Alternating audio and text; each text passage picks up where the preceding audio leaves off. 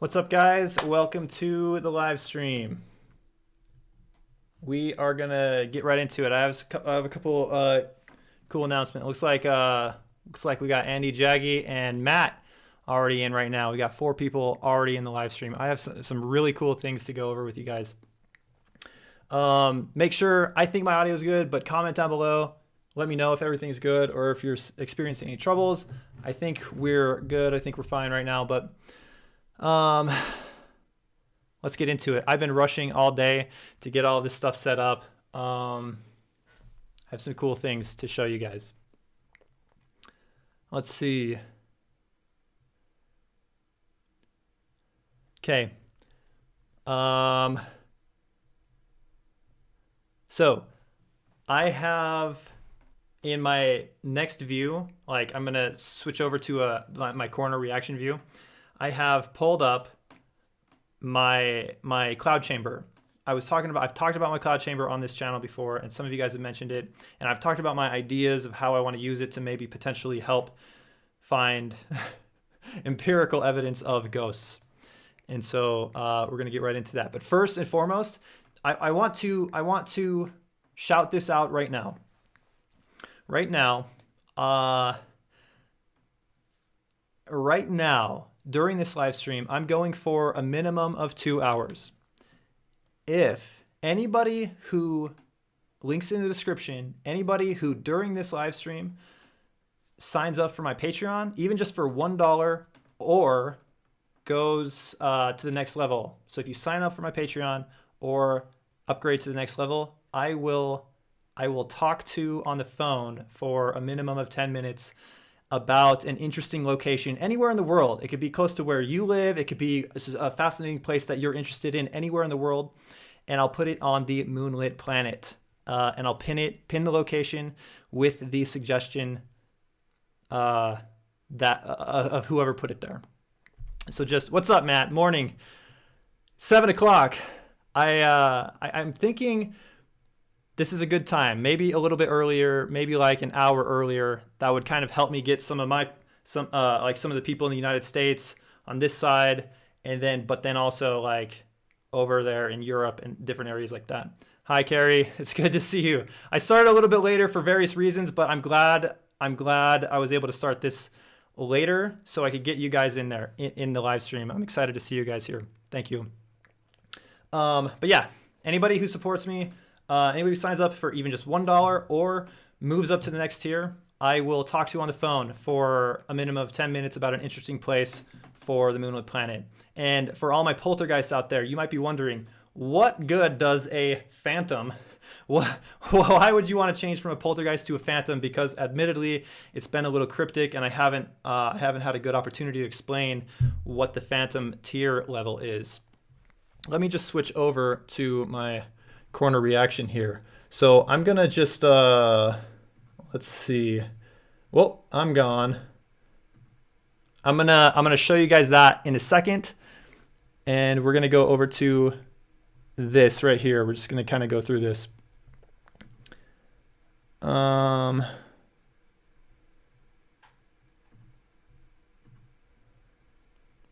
phantom. Anybody who upgrades to a phantom, I have a really cool thing.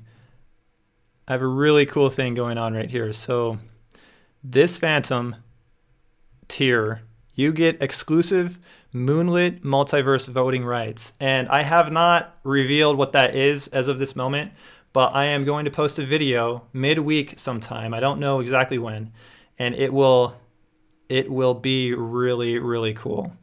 And the premise, without giving away too many spoilers, is that my phantoms are going to be able to kind of direct a story, which I am presenting to you. So yeah, anybody who signs up on Patreon during this live stream or upgrades to the next tier, you get to talk to me for 10 minutes on the phone about some interesting location in the world, and that location will be put, if it fits the Moonlit Ghost, will be put on the Moonlit planet. Let's get right into this. I'm going to talk to you about the cloud chamber in just a moment after we do a reaction. And then we already got Rob Nance in the house with $5. Oh, man. Rob Nats coming through. Number 1. How's it going? He asks. I am doing great. I'm doing really good. I'm excited for this live stream. For those of you who are here just a second ago, you saw a sneak peek of my cloud chamber. I'm going to show that. Corey Davis in the house. What's up? I'm going to show my cloud chamber in just a little bit. We're just going to get started with some reactions. We're going to go through the Discord. If you guys are not, oh, look at that. Rob Nats just donated 5. If that's going to get annoying, just let me know. I can make that go like smaller in the corner. All right. We've got a couple of reaction suggestions here. Matt dropped some, and we got Corey dropping some. So we're going to start off with some of these reactions, and then we have a couple stories to share. Some in the share story, and we've even got one in the share story blue, which I have not looked at as of right now. So let's just get started. Let's jump into it with the reactions. So Matt posted this in the Discord. Links in the description. If you want to be a part of the Discord and drop all sorts of give me reaction suggestions or share your personal story, join the Discord and hit me up. No in and out tonight. That's a bummer. That's all right. Effie has already done so much to help me set up for tonight's live stream. I'm not too disappointed about no in and out. It's okay. Okay. What's your opinion on these 2 videos? Apparently taken by the same person back in 2012 at Provo Canyon, Utah. This anywhere near where you're located. Maybe a camping trip is needed when the weather gets better again. Okay. Before I even pull these up, I'll click on the first one. Cancel. I'm gonna open this up in a. Sure you want to go there? Yes.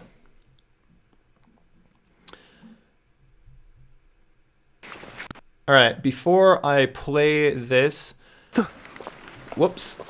Okay, there we go. Before I play this, so this Provo Canyon, yes, Matt, I lived in Provo for a number of years a while back. So, and it's right now where I live, it's not that far away from where I live. It's maybe 30, I don't know, maybe 30 minutes away.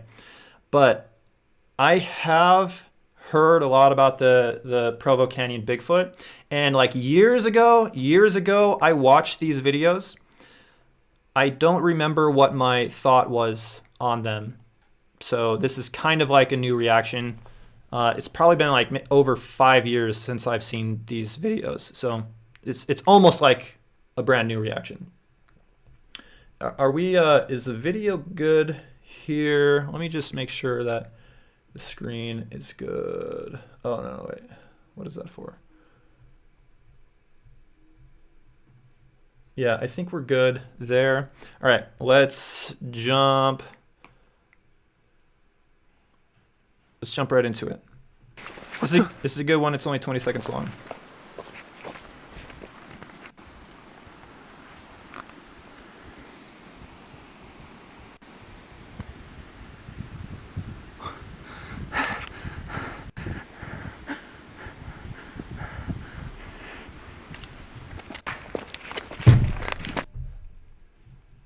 Okay.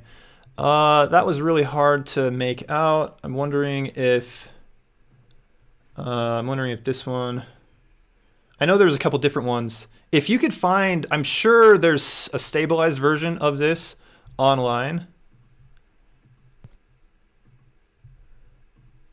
I'm going to play the second one here.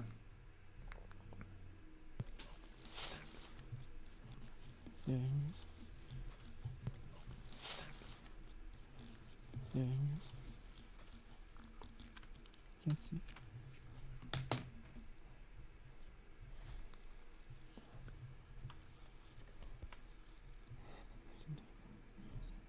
Does he think it's a bear? You think it's a bear next to a deer? They think it's a bear.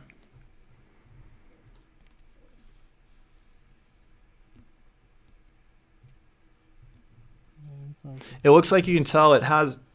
Is it just me, or does it look like it has a coned head? Just go.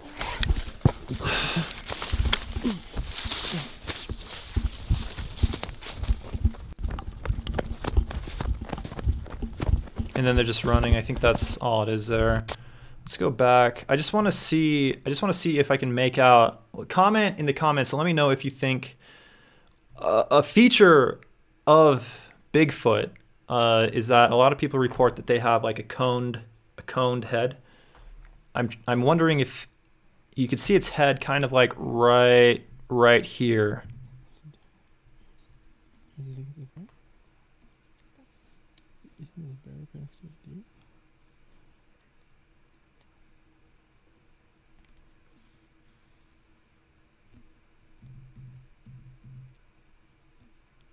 Probably too close to it. Whoa. Probably too close to it. Is it just me, or can you guys see the second one? Thinker Thunker took a look at and said he couldn't explain what it was. Yeah, Thinker Thunker is usually, I really appreciate a lot of the research that Thinker Thunker does. I don't know if I agree with him all the time, but he does do a lot of, I think he tries to be objective and unbiased. So if you don't know who Thinker Thunker is, he has a great Bigfoot research channel. Same with Bigfoot Tony.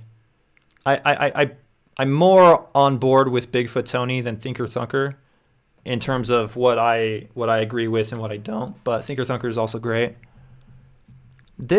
So I almost feel like I can see a coned head. I could be just seeing things. Another weird thing about this, I wish there was just a little bit more.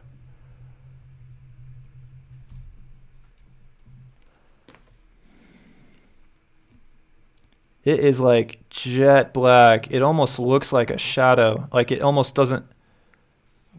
Oh man, like, is it just me, or does it look like it's a dark shadow? Like obviously there's something there, but this could even, like, I think this is a Sasquatch sighting, but like if this was at night and the moon was out, somebody might report this as like a shadow figure. It's hard to see any depth. Like the fur is just jet black, and it's hard to see any depth in it, and it's just like all flat because of how little the light is reflecting off of it. And then it stands up, it swings its arm around. My thoughts on these is it really could be either or. I mean, it could be somebody in a suit. I don't see any distinctive features to just right off the bat to help me understand whether or not, like, how big it is, how tall it is. It looks like it's crouching there. The one thing I will say that I think gives it a little bit of credibility, and not a lot, keep that in mind, just how dark it is. Obviously, there are materials, there's paint that can like, it reflects so little light, it's hard to see. But unless somebody had some of that and put it on a suit, like, it's hard to see any depth.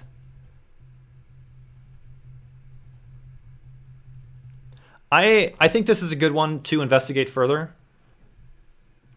I think it's a good one to investigate further. Let's read some of the comments. Yeah, they're both short. What's up, Sarvin Marvin? What is up? We got 7 people on the feed right now. I'm gonna go through some of the comments, and then I'm gonna evaluate whether I'm putting this on the moon list or not. But we got 8 people watching right now.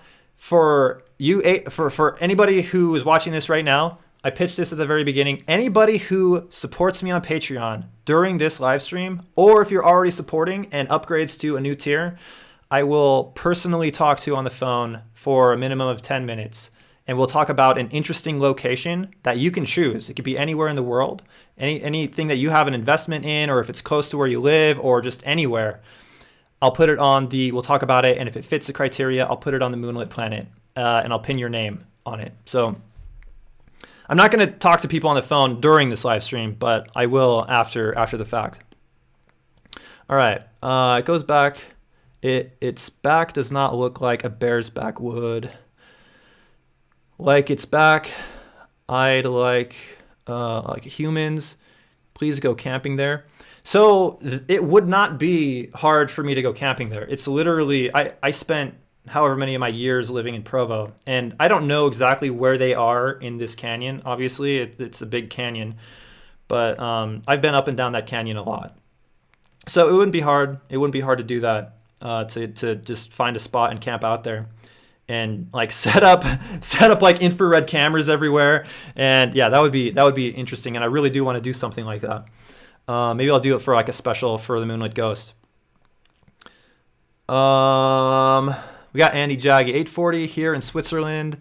Perfect for me, but it's after midnight in Utah, right? Yep, it is 12:46. Full investigation for the Provo Bigfoot. I will say. About Provo Canyon is known to be, there's a lot of weird stuff that goes on that has gone on in Provo Canyon. There are a number of hauntings. There were Satan worshipers that went up there and did weird things years and years ago, like I think in the 80s. And there are a lot of really spooky things up there. I've never personally experienced anything really spooky there other than just like some weird noises in the woods when I was up there late one night. But I mean, that's just the woods at night. I don't attribute that to anything paranormal. It's just can get really creepy very easily. Yeah, I'm going to put this as a 5. There's nothing that indicates to me that gives it away that it's definitely a Bigfoot or it's definitely like somebody in a suit, but it's definitely worth investigating further. So I'm going to put this on the moon list as a 5.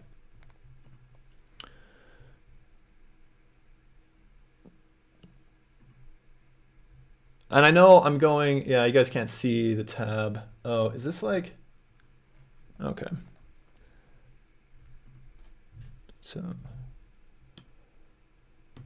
whoops. Nope. We debunked the Horton mine. I just clicked the wrong link there. I'm going to make this a 5. And Provo Bigfoot. I don't have an image, but as you see, I am going through, especially some of the top ones, and I'm making this as nice as I can with all the information. And I couldn't have done this. It looks as nice as it does right now because of my niece, Laynell, who is awesome. And I'm putting images to these, the name, the image, the score right here of what I still think. And then the sources, location, and then whether or not I've tagged it on the Moonlit planet. And then whether or not I've told a story. And if I have, then there's links to my videos here. And this moon list should be linked in the description as well. And Provo Bigfoot is there. All right, so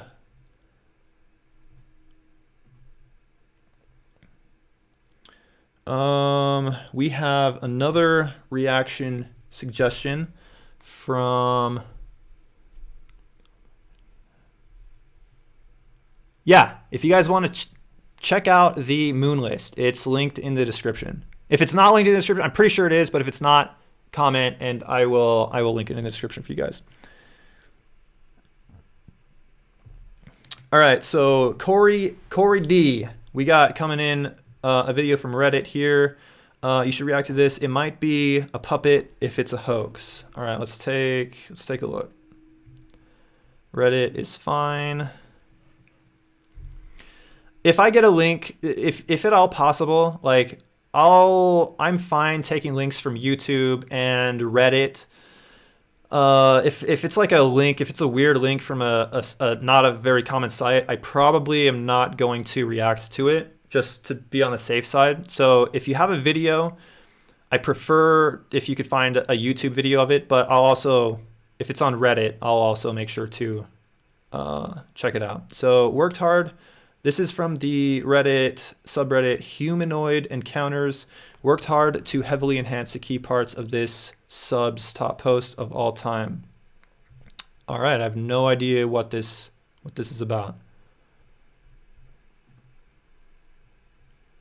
I don't know if there's any audio. Oh, yeah, we've seen this before.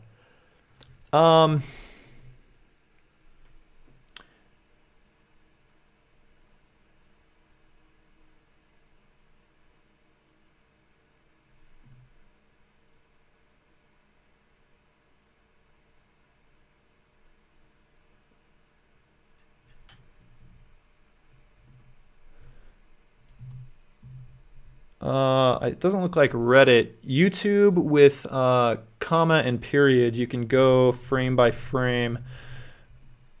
It doesn't look like you can do that with Reddit videos.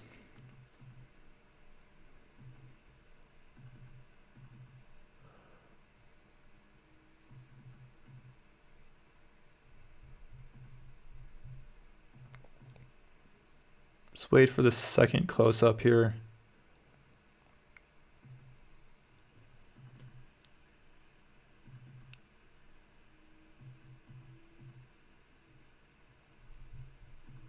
I just want to pause it. I just want to get paused right on after they zoom in on the second take. It's like right here.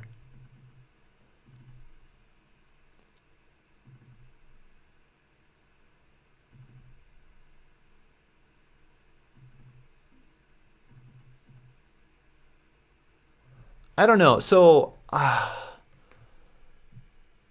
feel like I saw another version of this. Maybe I could be wrong, but I thought there was two of them. Do you want to see? Let me take a look at the comments.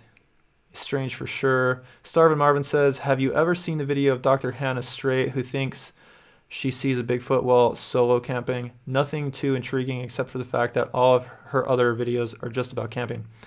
That does sound familiar. I have a while ago, I watched a few videos from a woman who was just camping out in the woods by herself, and she claimed it sounds like maybe who you're talking about. I didn't really watch much of it or understand really what was going on there, but if you pull that up, we could react to it. I do want to say, so we're going to I always say that I'm going for at least an hour, and Rob Nance is correct that like I always go over an hour. So this stream is going guaranteed 2 hours. So I started at 12:30. So no less, we're going to go till 2:30, probably longer. This one, I'm going to give you my opinion on this one. And then I'm going to show you the cloud chamber.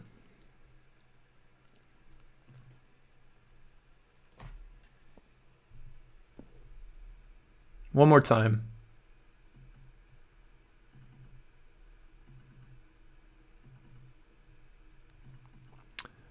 For some reason, I remember the first time I looked at this, I didn't think, I mean, the natural reaction is that, oh, it's like a kid. It's like a kid in like a weird jacket. But it is really small. And I felt like there was two of them. Maybe I'm getting different videos mixed up, but I don't really see two of them in this video.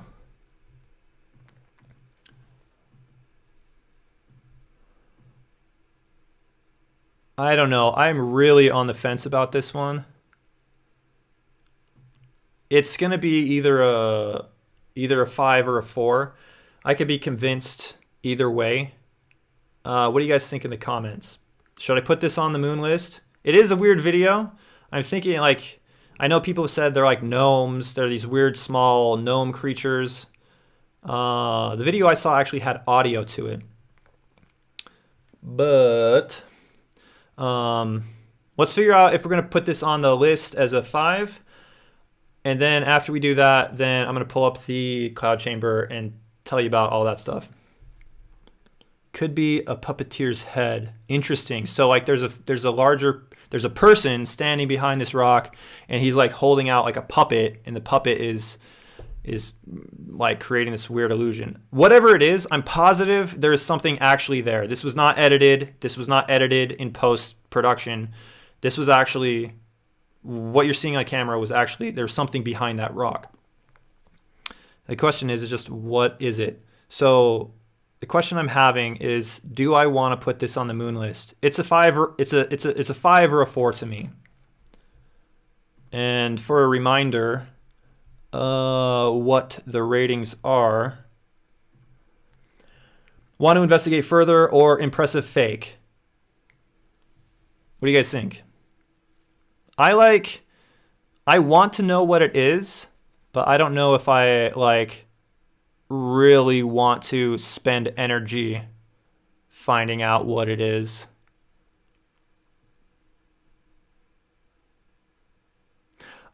Starvin Marvin asks why I'm streaming so late. So there's a number of reasons why tonight. I had a couple other things going on, but also a factor in that is that the later I stream, like there's several people supporters of my channel who this is really early in the morning for them, and if I stream earlier, then it's too early. So it's working out for a lot of different reasons. Yeah, I agree. 4 or 5. I think you should look into it a little further. All right, Corey, since I think you're the one who suggested that, I'll make it a 5 and I'll put it on the list. Where are we at here? Yeah, all right. We're just gonna grab that. And I know this says I'm putting this under the ghost category, but I'm still working on like making sure all this is right. What do you call this? Is this like a gnome puppet? Yeah, it's gonna be gnome puppet, and I'm gonna make it a 5. Just for you, Corey. All right, so we reacted to that one. Anybody have any other videos? We're gonna move on. I'm gonna show you my cloud chamber, but if you have any other suggestions, I try to make them, if you have videos that you want me to look at, make sure that they're like YouTube videos. I will do Reddit videos as well, but I just want to make sure that we're sticking to like safe sites so that I can click on. And if you have any stories, we've got a story from, I hope I'm saying this name right, Mecca, and we've got a story from Matt, both of which I have not read. This will be a blind storytelling. But right now, I am going to show you guys my cloud chamber. You ready for this? I think it's this one right here. All right. What you guys are looking at is a bona fide cloud chamber. Right now, it doesn't look like there's anything too impressive going on, but maybe I'll just shrink this down to the corner. We're just going to watch this for a minute. You see how there's kind of like snow drifting? You see that streak right there? Did you see that streak? And that one there?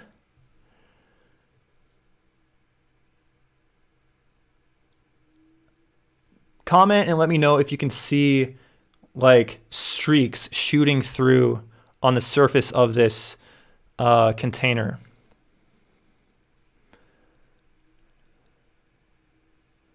Corey says, if gnomes exist, my worldview will be shattered forever. I don't know if I believe that was a gnome. That said, I'm not opposed to gnomes being real. I don't know what they are other than like really small people with like weird powers. Cloud chambers are great for chambering clouds. Watch that Hannah vid. If you drop that Hannah vid in the Discord, we might be able to get to it tonight. Who goes out into the woods to look for fairies? Yeah, that's he's recorded some interesting stuff. That's I can't remember his name, but he's recorded fairies. He's recorded his acting is very good, but that guy's channel is not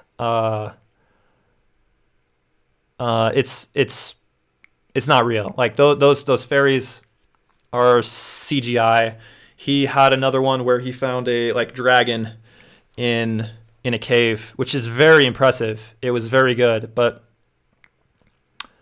let's see. All right, do you guys see? I just want to make sure if you guys can see like streaks. I might have to adjust something, but can you, every once in a while there should be like a streak, like a white cloud. Poof. There was one. And what those are subatomic particles. You're not actually seeing the particle itself, but you're seeing the tracks that it makes. What it does is when the particle flies through that part of space, that little cloud, like the snow drifting down, is it's isopropyl alcohol on a very cold plate. And when that warm isopropyl alcohol comes into the contact with the very cold aluminum plate, it ionizes the air, and then when particles, alpha particles in particular, those are most commonly seen, fly through the area, it breaks, it hits the atoms, and it creates a little poof, a cloud. And I'm hoping that we can get this more clear here. Did you see that one? I'm hoping that like you guys can see some of these streaks.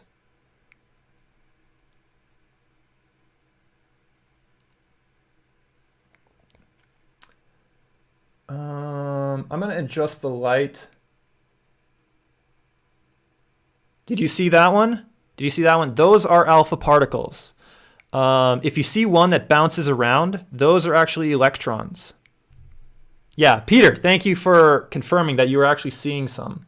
Hopefully we will be seeing more now, now that it's getting warmed up. There was one right on the top over there. Okay. The reason I'm showing this is because this isn't just a science thing. Science is amazing and cool, and I love it. But the reason I'm showing this is because this is very pertinent to the Moonlit Ghost, to what I do, because this is actually the device that I believe will one day give us empirical evidence of spirit phenomenon. Ooh, we got some Carl Sagan up in here. I'm trusting you on this, Starvin. I don't know what I did. I said I clicked show. Can't see, but I'll watch the stream back on my computer and have a look. Hold on, guys. Hold on. I will be right back in just a second. Hold on. I'm going to adjust the light on that, and maybe we can get a better angle. But anybody who's watching right now, everybody who supports me on Patreon, even just for $1, or upgrades your tier during this live stream, I will talk to you on the phone for 10 minutes about an interesting location of your choice. It could be haunted, it could be paranormal, it could be just anything that's interesting that fits the channel, and we'll discuss it, we'll talk about it, and I'll put it on the Moonlit Planet and tag you on the Moonlit Planet. Lower right corner. I'm gonna adjust the lights, and I'm gonna be right back.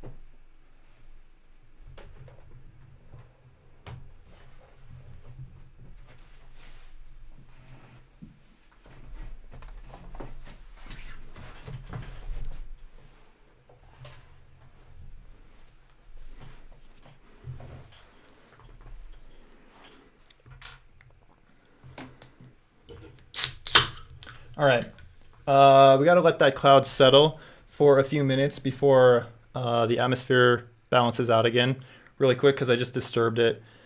But I put in there, this is my connection to Bob Lazar. You see that little needle in there? I'm actually going to zoom in. I'm going to crop this. Whoops. That is not what I wanted to do.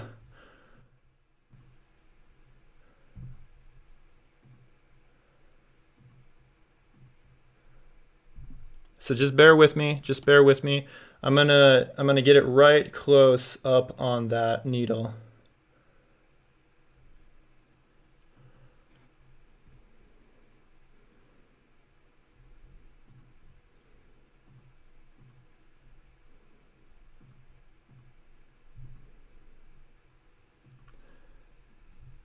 All right.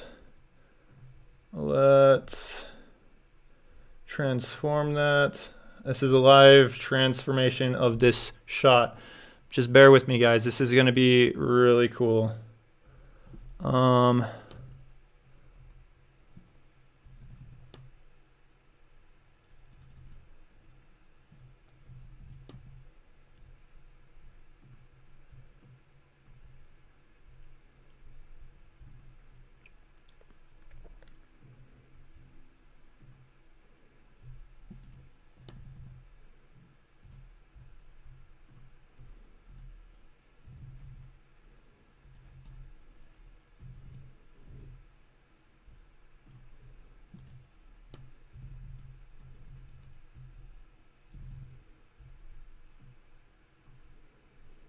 We need to come from the left a little bit more.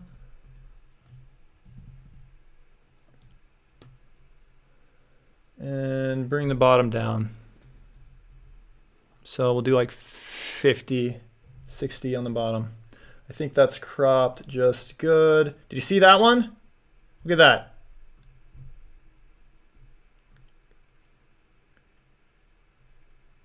This is my connection to Bob Lazar. You see that needle right there? We'll give it a little bit more time, but you will start to see little streaks coming off the tip of that needle, just like that. That needle is it's a radioactive needle. It's emitting alpha and beta particles at the very tip. I forget exactly what type of element it is that is radioactive, but it's just a regular needle with a little bit of radioactive material on the tip. It's not harmful. There's more radiation coming out of like your fire alarms. And little known fact, Brazil nuts are actually very are filled with radiation, but it's low enough. And the reason that is because the ground that they grow Brazil nuts in Brazil is very heavily saturated with radioactive material. It's not harmful to humans. It's in such low doses, but it is enough that you can actually see. In fact, at one point I tried to see radiation come off of Brazil nuts in my cloud chamber unsuccessfully. Did not work. But you'll see at the tip of that needle, if you look closely, I'm hoping it will pick up more here in a minute, but you will see little streaks coming off the tip of that needle, alpha and beta particles, and right there. Did you see that one? Yeah. And the reason that is, well, I already explained the reason that is, but that needle, I bought that from, I believe it's called United Nuclear. Guess who owns United Nuclear? I purchased it from that website before I knew who owned it. It's Bob Lazar's company. It is Bob Lazar's company. So this is my connection to Bob Lazar. Unfortunately, it's just not like showing as great as I was hoping it would, but you still are seeing on occasion the streaks coming off of it. In future live streams, I will have this set up so clean that you can watch this for for hours, and like you will see massive puffs of clouds, clouds, streaks. You'll see electrons bouncing off of atoms. Right now, unfortunately, we're not seeing a lot of it, and I think it might be because the light is just not reflecting really well. Okay. Well, that is happening right there. Comment down below if you see a really good one. I'm gonna read some stories here. I'm gonna leave this up. Like right here.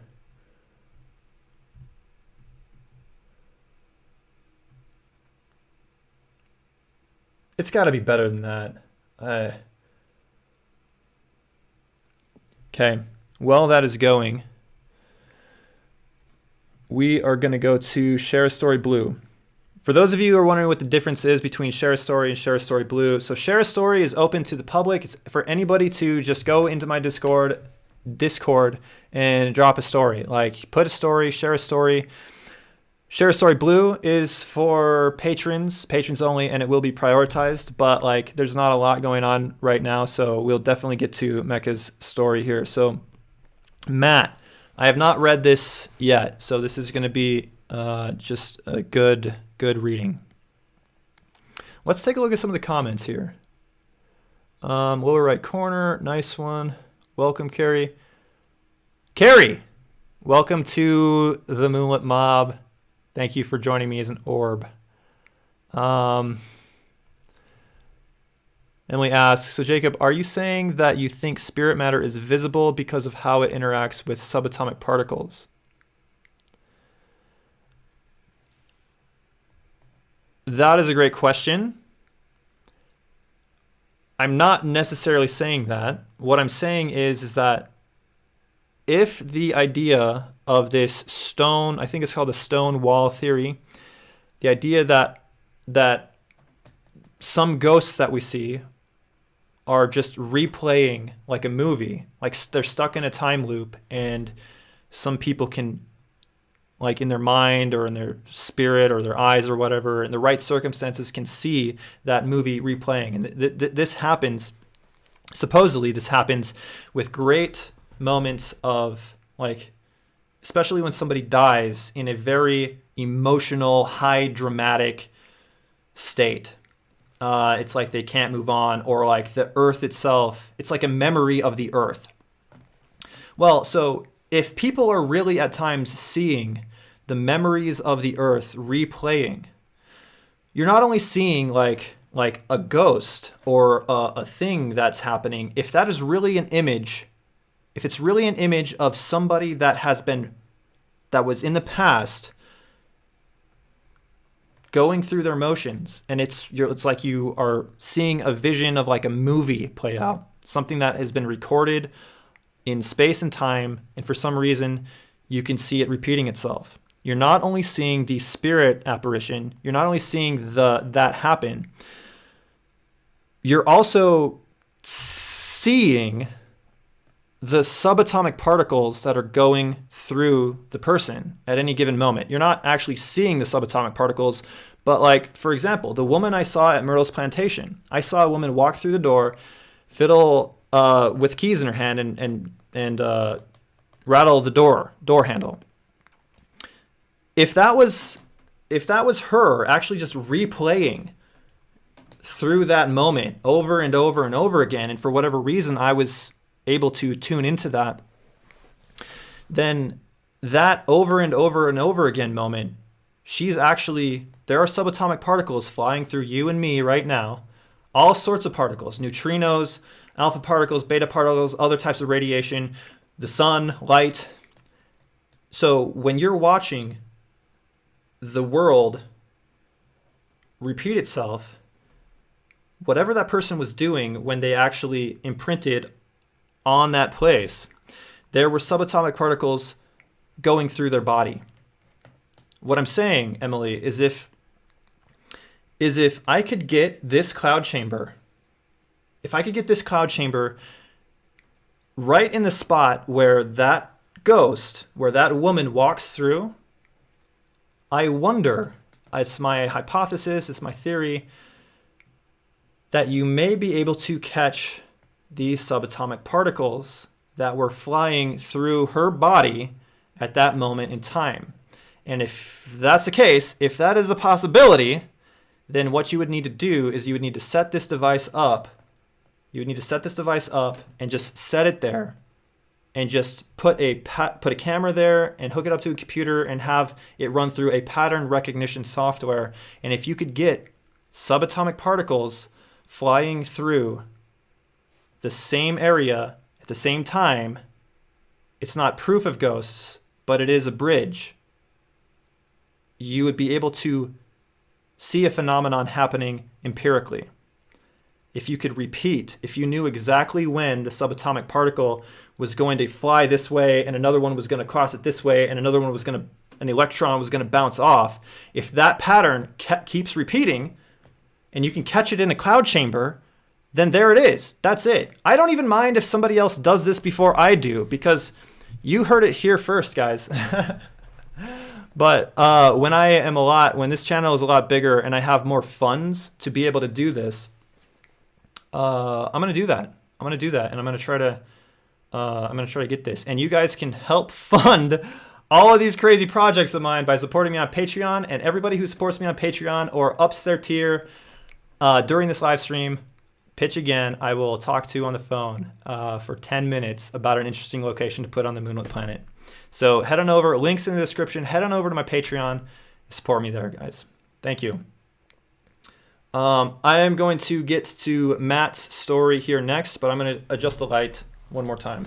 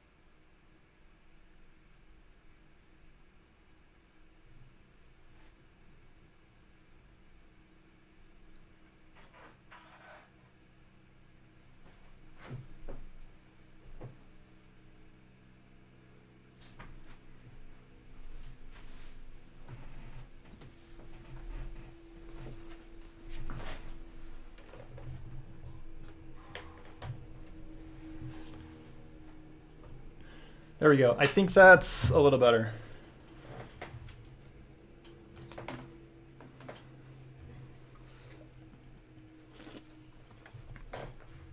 It's really finicky, guys, so I apologize. There, you see that? Yeah, this is a lot better.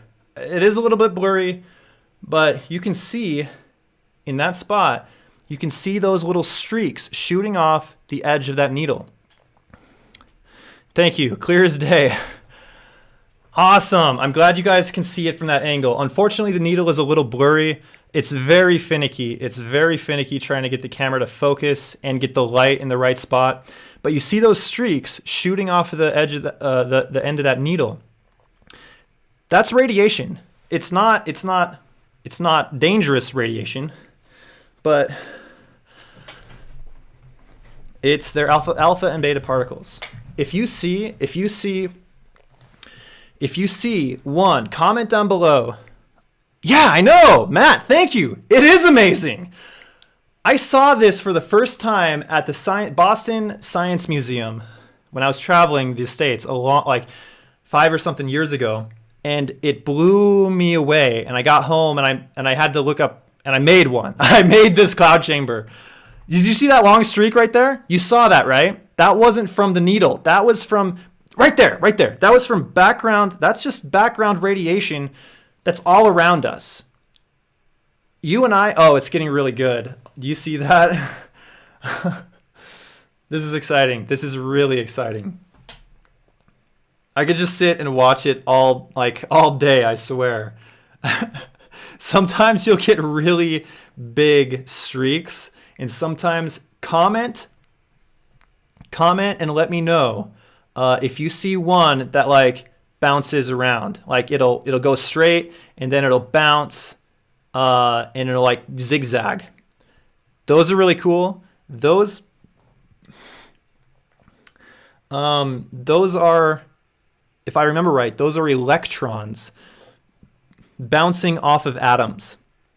If you see one that bounces around, comment. Those are really cool to see. While we're watching this, I'm gonna read Matt's story here. Let's see. Actually, let's take a look at some of the other comments here. Kite Supreme says I don't trust the 411 guy. David Politis, I am very interested in David Politis. I own a couple of his books, and he does a lot of good research. I can understand why you're hesitant to trust him. I understand why. I do think he is. I think he is a trustworthy source, but I do understand why you're saying what you do. Check the video. Kite Supreme says, check the video. I have no idea how this is supposed to prove the existence of ghosts. Can you please explain? Night, Peter. We're seeing a ghost, but my dad told me when I was a kid, he heard me talking to someone in my room who wasn't there. When he asked me who I was talking to, he said I described his grandfather. Oh, interesting. Wow, that is an interesting story. That's a good story. That's a good story to get you interested. Yeah, for sure.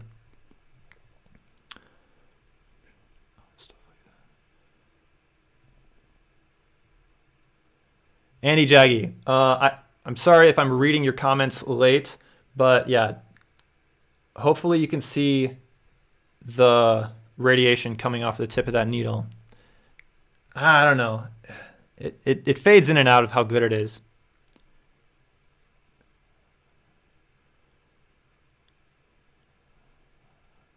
Nice. I think that's a good way, but that story always stuck with me. That was huge. Night, Starvin Marvin. Thanks for joining us.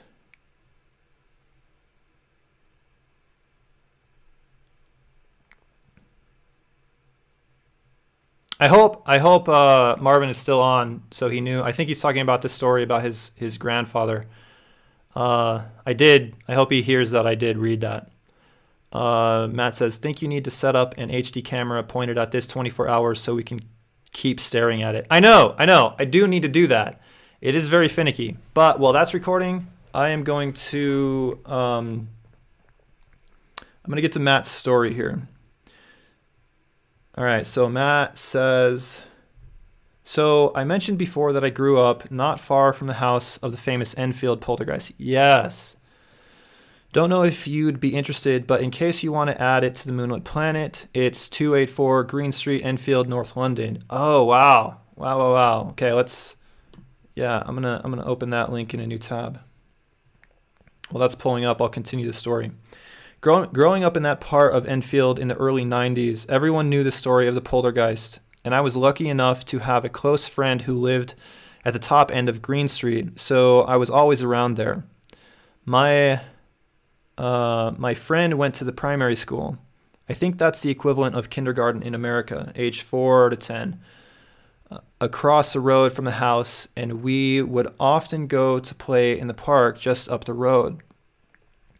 A few times we dared each other to get close to the house, run up and touch the door, but always chickened out. When I was a little older, I was in the Scouts. I think you have them in the States. Yep, we do. Like Adventure Scouts or whatever. Yeah. And we were doing collections for charity. No one would go to that house to ring the bell, so I plucked up the courage and did it. To everyone's disappointment, a normal, middle-aged woman answered the door, said she had nothing to donate, and that was that. The original family had moved out years previously, and the owner at the time just wanted to get on with things. I'm not sure if it was the same owner when The Conjuring crew and the crew of the UK 3-part drama series, which aired on Sky around the same time, rocked up asking if they could film there. But they said no to the house being featured. This is why it looks nothing like the actual house in the movie. Okay, interesting. Also, UK houses rarely have basements. There's really nothing special about it nowadays. If you look on Street View, though, you can see the left bedroom curtain is raised slightly. This was a girl's room back in the day. Is it the spirit of Old Bill, or is it just a curtain bunching up? You decide. Let's take a look. Let's take a look at that Google Earth view.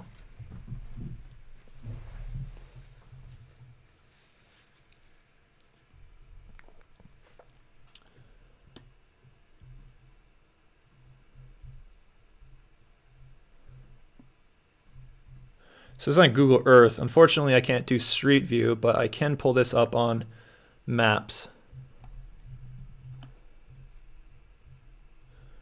Let's see. This is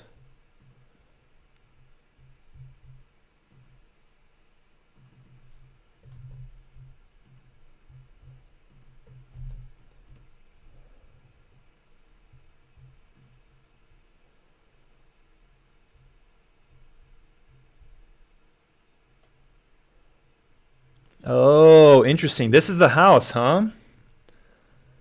Wow. Ooh, that curtain right there?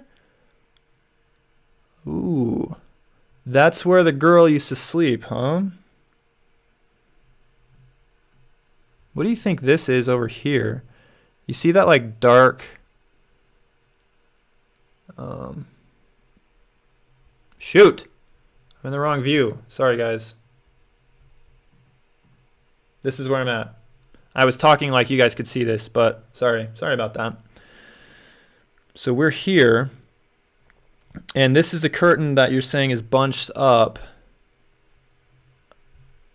where the girl lived. What I'm actually more interested in is this right here. Do you see that? Is that like a plant? Are those like vines on the inside of that building?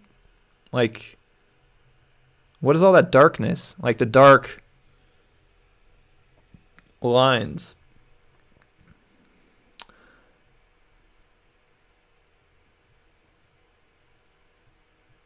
I'm glad, Starvin Marvin, you saw that I acknowledged your story. I'm glad You didn't jump off too soon. In the front, I hadn't looked at the other window, to be honest.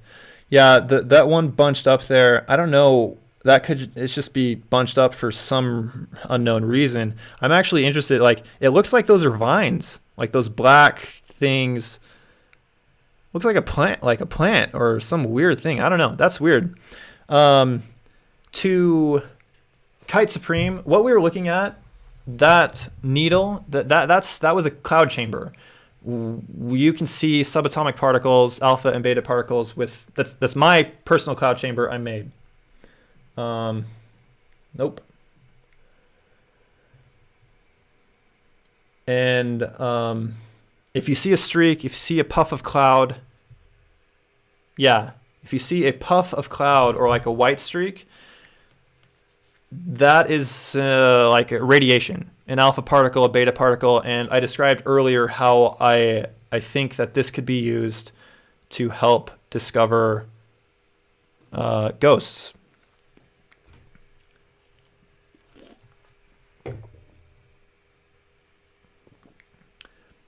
I just want to watch it. I just want to watch it and give you guys a really good example.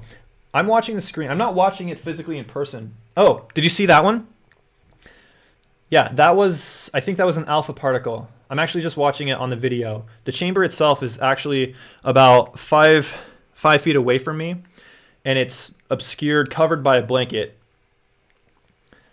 because it needs to be in the dark with a light source. So I have a flashlight shooting at it at a certain angle to help see those streaks. We're just gonna watch it. I want to see like a really good one before I move on, so we can all see it together. Let's just watch it for a minute. Sometimes if you get it just right, there is a little one up top there, right there. That's an alpha particle. It is my belief that this device, this chamber, can help bridge the gap between the physical and the metaphysical. The clouds look like actual apparitions, like one would expect. Ever heard of ectoplasm? I've heard of ectoplasm, but only from the Ghostbusters. I haven't actually done too much research into whether or not that is like a real thing. But I would love if you could explain in more detail what ectoplasm is. I thought ectoplasm was just a fictional thing from Ghostbusters. Could be wrong. Yeah, I know. I'm so stoked. I am so happy that like I am sharing this with you guys, because this is one of the most amazing things that I have ever seen in my entire life. When I saw that, it was like magic became real. Like 5-6 years ago, I saw it. I saw a cloud chamber at the Boston Science Museum, and then I made this one.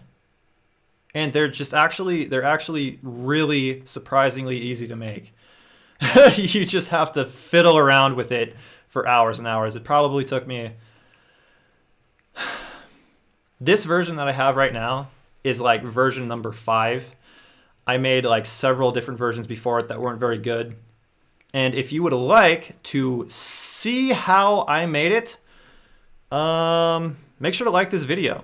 I am going to make a video about how I made this, and then you guys can make them too. They're not dangerous. They're super easy to make. They're super fun. If you have kids, they love this thing. It's like a really awesome science experiment that helps you visualize the subatomic world.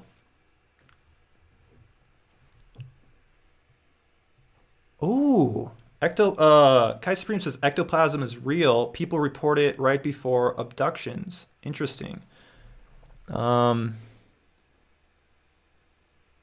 is. They use it in the occult. You can concentrate it with black mirror. Interesting. Oh yeah, that would be cool and interesting. Would love to know how you make one. I can make a video. I'll put this on my projects list, and I'll make a video explaining in very clear detail exactly how to make a really good cloud chamber. And then I'll post it. I'll post it for you guys to see. It'll be awesome.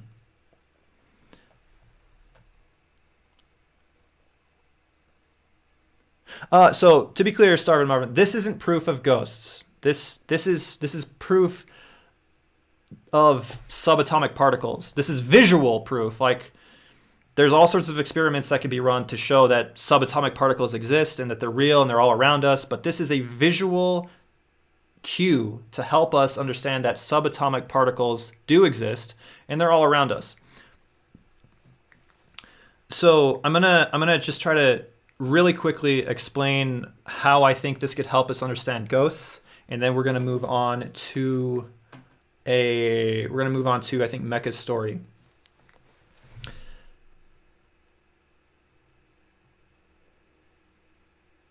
Give me a second. When people report seeing, what is it called? The stone wall phenomenon. Ghosts, apparitions that are replaying like a movie over and over and over and over again.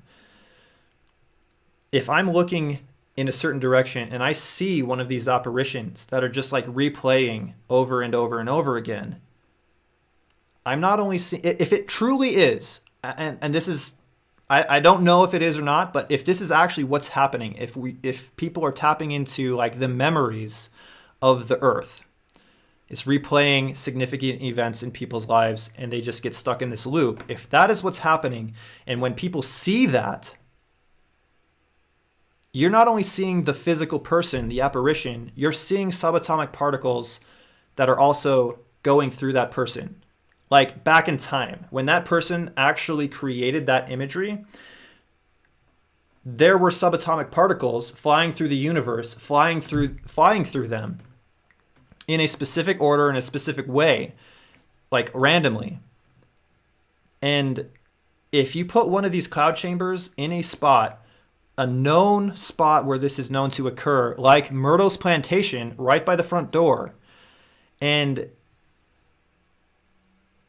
when the lady in white, Mary Catherine Cobb Sterling, walks through the piano area and knocks on the front door, like I saw, if she walks through, just like she walked through the piano that was there, if she walks through a cloud chamber that is actively recording subatomic particles, the cloud chamber might pick up the pattern of subatomic particles that were crossing through her body at any given time.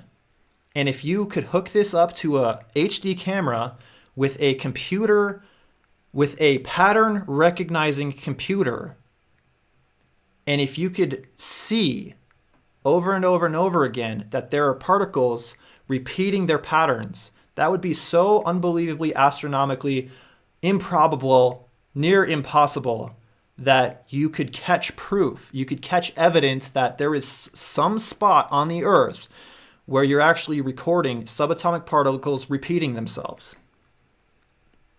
In the same way, in the same manner, every time Mary Catherine Cobb Sterling repeats that motion in a cycle. And if you could see subatomic particles repeating themselves, then you have, it's not proof of ghosts, it's proof of an interesting phenomenon that is currently unknown to science. That's my explanation.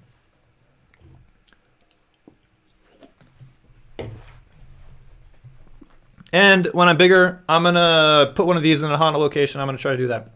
It's going to take some funds and some like ins and stuff like that. Going to catch up with some comments, and we're going to read a story. Okay, good, because this seemed a little hokey pokey to me. I hope, I don't know. This what you're watching now, this is real. This is real science. This isn't like a hokey thing.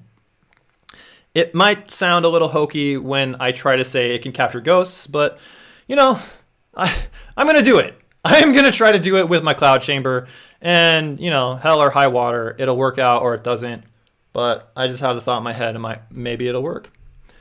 Matt, thank you for joining us. He says he's got a dash. Got to take the wife to the shops before the snow gets too deep. Glad you enjoyed my story. Thank you for sharing that story. We'll watch the rest of the stream later. Have fun, guys. Appreciate it. Thanks for jumping on, Matt. I really am glad you're here. Andy says, Not sure that ghost sightings are memories from the past in a kind of loop. After my grandma died, suddenly we heard her talk to my grandma behind the door. That was very creepy. So just addressing that really quick, Andy, there are multiple types of ghostly phenomenon, and there are like intelligent ghosts. Not saying that ghosts are dumb and intelligent, but like intelligent ones are like interactive ghosts. Like they're physically, like spiritually or metaphysically present with you and can interact with you on a level like people, like the spirits of people who have passed, or like other entities like demons or angels or things like that. These are things that are interactive in real time and can interact with you and can talk with you and whatever. But there is also this, I hope I'm saying it right. I never actually knew that this was the name of it, but there is this stonewall phenomenon where there are entities. It's like watching a movie. And it's like what I saw when I was at Myrtle's plantation. It's like the movie unfolds before you. It's not an intelligent apparition, but it's like you're watching a movie unfold of something that has happened in the past. And it would be that sort of phenomenon that I think this cloud chamber could help with.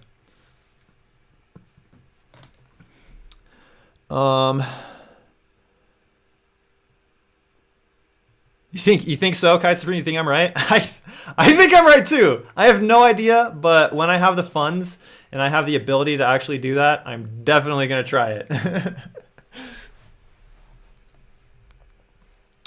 Real and not just a loop. I think so. Andy and Kite Supreme. I think there's both. I think there's so many different types of phenomenon. I think there's just all sorts of different weird things out there. Starvin Marvin says, are you aware of the fact that subatomic particles behave differently when being observed? It's fascinating. Yes, it is fascinating. It's absolutely, it's crazy. That's a whole nother wormhole to delve into. That just YouTube.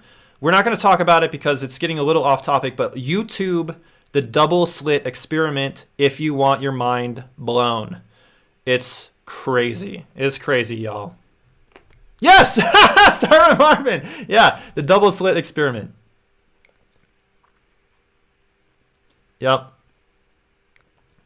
Confused for ghost. Also, double slit experiment. Yes, exactly.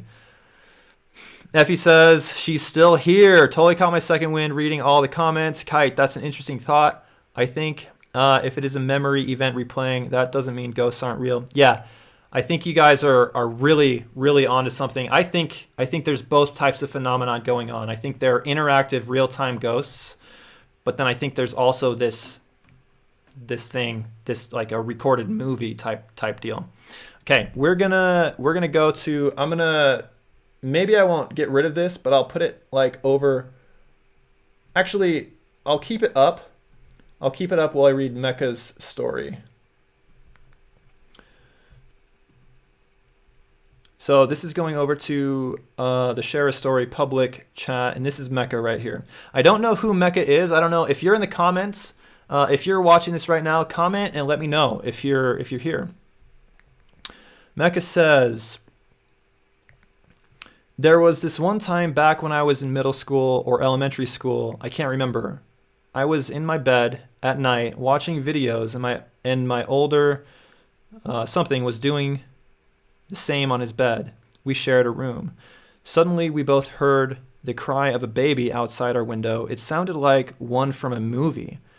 There are many baby crying sound effects, and I think I know which one this was. The only explanation I could think of was someone was messing with us using a speaker or something, since at the time my older brother was dealing with someone stalking him and friends. Wow. We've since moved out of the house, but sometimes I think what really happened. That is super creepy. If you're watching this, comment down below, Mecca. That is really creepy to just like randomly hear a baby crying like outside your window. And I hope that like everything's okay. that you didn't have, like, this stalker hasn't followed you around. That's really scary. I hope that's been resolved. But if there was somebody that you know was stalking you or your brother, then if there were other weird, strange, similar things, that very well could be they're trying to really like trip you out or freak you out for some reason or not. I don't know if it's paranormal. Could be. Who knows? Creepy babies crying are really, really creepy.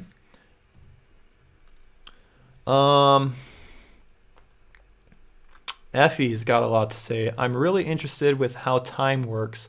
I think there's way more to it than we experience in our linear path. I agree 100%. It's just, there's too much weird stuff with all of this stuff. Yeah. Effie says, I experienced something once where I saw something happen to my son seconds before it happened. Then it actually happened, and it was like hitting the 10-second rewind on a video. Yeah, I remember, I know exactly what you're talking about. You've talked with me about that very in great detail. I think that happens to a lot of people. Yeah, I don't know. It's really weird. There's probably multiple possible explanations for that. Stroke. I don't know. I hope not. All right.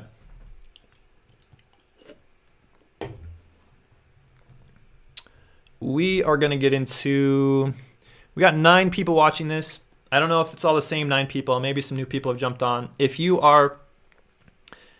just jumped on, I'm going to pitch this again. Anybody who goes to my Patreon right now, and even for just $1, if you support me on Patreon as a Creepy Shadow or any tier, I will personally talk to you on the phone for 10 minutes about an interesting location to put on Google Maps. We could talk, and the location, you can choose the location. It just has to kind of fit with the theme of the channel. It could be something in your hometown. It could be someplace anywhere in the world. And on the phone, I'll pull it up on Google Maps, on Google Earth, and on the Moonlit planet, and I'll tag you in it if it's a good fit. So head on over. Anybody during this live stream, you have to do it during this live stream. Go hit me up on Patreon and talk to me on the phone. I'm excited to talk to some people on the phone. I've never talked to fans on the phone before, but I'm excited to do it. And if you already are a patron, we'll talk on the phone if you upgrade your tier. I haven't even looked at Patreon yet, so I don't even know if anybody's doing that. Okay, we are going to, have we gotten our fill of the cloud chamber? I'm going to wait for one more particle, and then we're going to move on to the Moonlit planet.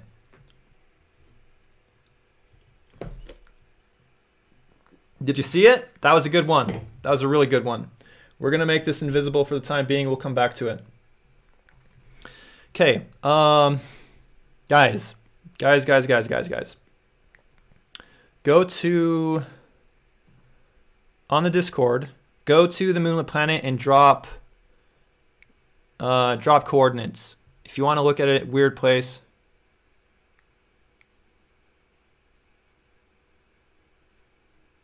Let's see. That's like the deja vu effect.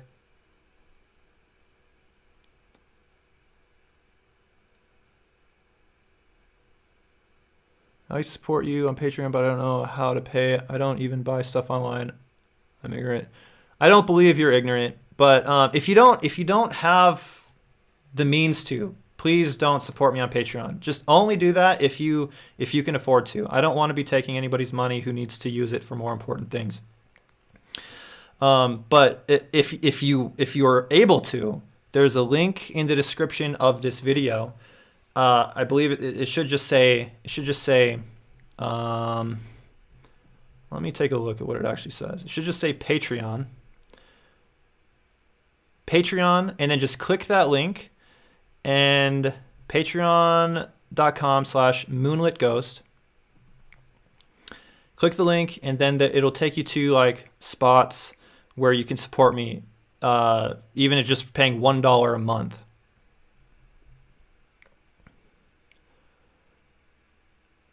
I don't know. I might be setting myself up for stalkers. We'll see what happens. We'll take it one day at a time. Please don't stalk me. I want this to be a cool thing. But I could probably buy a PlayStation. PlayStation Play Store voucher. Okay. Drop some links in the Moonlit planet, some coordinates, and we'll go there. But this is what I wanted to do this.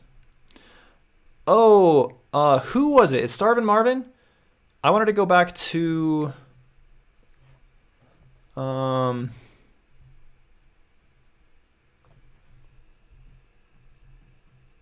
okay, right. Where are my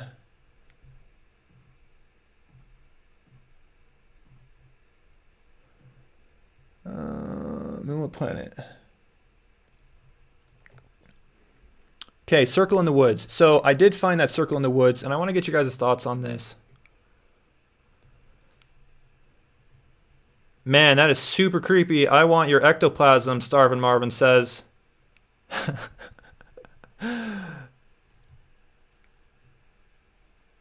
Biggest deja vu moment ever. It was crazy. Yeah. Starvin' Marvin, was it you who we were looking in Australia and we found this circle in the woods? I found it again thanks to CC's help, screenshot of it. But it's right here. Do you see it? There's obviously the road right there. But there is a circular arch. Follow my mouse. Can you see my mouse? Yeah, you can. Right there. And it kind of fades away. Like it continues the line below the road here, but it stops being a circle. It's almost like an alien head. I am not even kidding you. It looks like a head.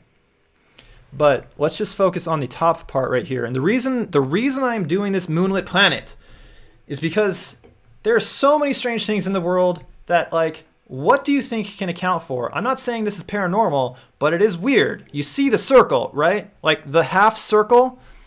There's a road right here. This is not a road. Like, that is not a road. Okay, if it's not a road, for some reason, these trees in this circle, or half circle, are a different color than, yeah, it's better even there. You can kind of see it. For some reason, they're a different color than the trees around it. What does that mean? Does it mean it's on a different elevation? Does it mean that there used to be an ancient structure right there? That's actually one of the reasons I'm very interested in this, is because what would cause this to make the foliage and trees on a different elevation or a different color? Please comment. Can you zoom out a bit so I can get my bearings? Oh, yeah.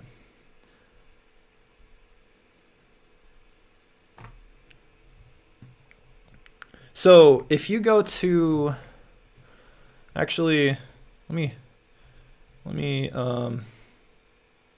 share project. Can view, copy link. This might not be in the description, but if you go, I'm going to put it in the description right now. Hopefully I can just put it in there.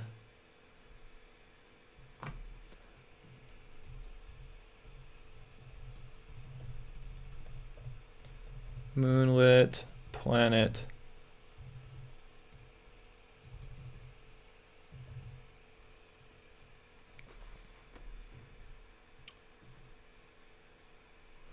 So it should be in the description right now, a link to the Moonlit Planet project. You're not going to be able to edit this project, but you can follow the link and you'll get a view only of this right here. So if you follow the link to this Moonlit project, you can view this world and it will have the circle in the woods pinned right there for you. So go to the description of this video and click that link.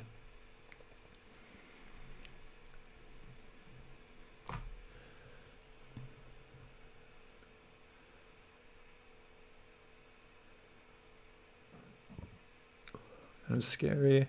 Could it be from a meteor? That's actually a good explanation. Like a meteor strike.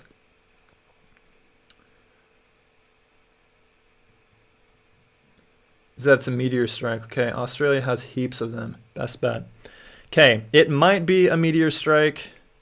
Oh yeah, from this angle, you can almost see a full circle right here. That would be super interesting. So meteor strike is a #1 theory. So, but I'm not going to take away the pin right there. What is this circle is the question, Andy. For some reason in this area, if you go to the description of this video and click on the Moonlit planet view only, you'll get a view only view of the Moonlit planet where you'll see all of these things that I have pinned. And these are just strange things. If you don't know what the Moonlit planet is, they're strange things that I have been keeping track of. And ultimately, I want to have this planet filled with all of the hauntings, all the Bigfoot sightings, all of the crazy things, all the weird things. So like anywhere I'm traveling, anywhere I go, there's always some place to explore. In the last live stream, Starvin' Marvin, we found this circle.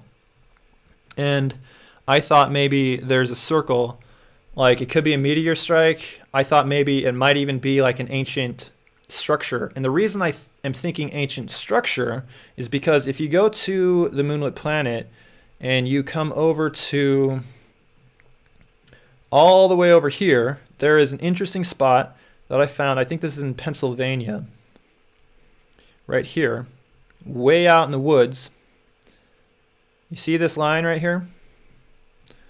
There's like all of this stuff is just like rolling hills and trees. There's some roads, rolling hills and trees, and some roads. Oh, but look at this. What the heck? This looks like a definite, this is not a meteor strike. There is some definition to these hills. Maybe it was forested at one time, or like they chopped down all the trees in this area at one point. But like you see a square here, and then it goes over here. I don't know. I don't know what that is.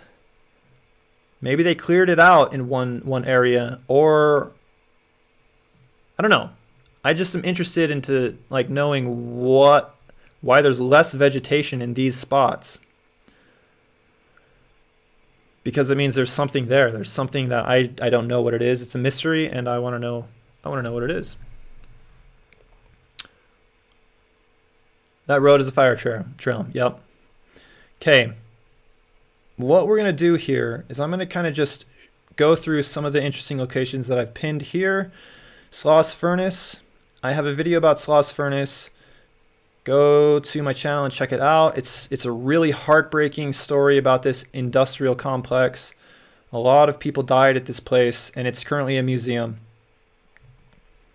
I have not personally been there, but Ghost Adventures have been there, and they've done their stuff. You can see a video about them. And then over here, I've done a lot of searching in Utah, found a lot of interesting things. And I want to pitch this right here. Ape Canyon Sasquatch attack. This happened at Mount St. Helens, just right to the east of Mount St. Helens, in this little canyon right here. This is a crazy canyon. It is super narrow. It's super treacherous and hard to get to.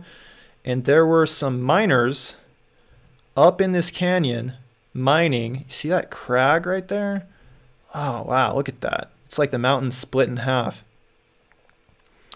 And they came upon a literal gold mine.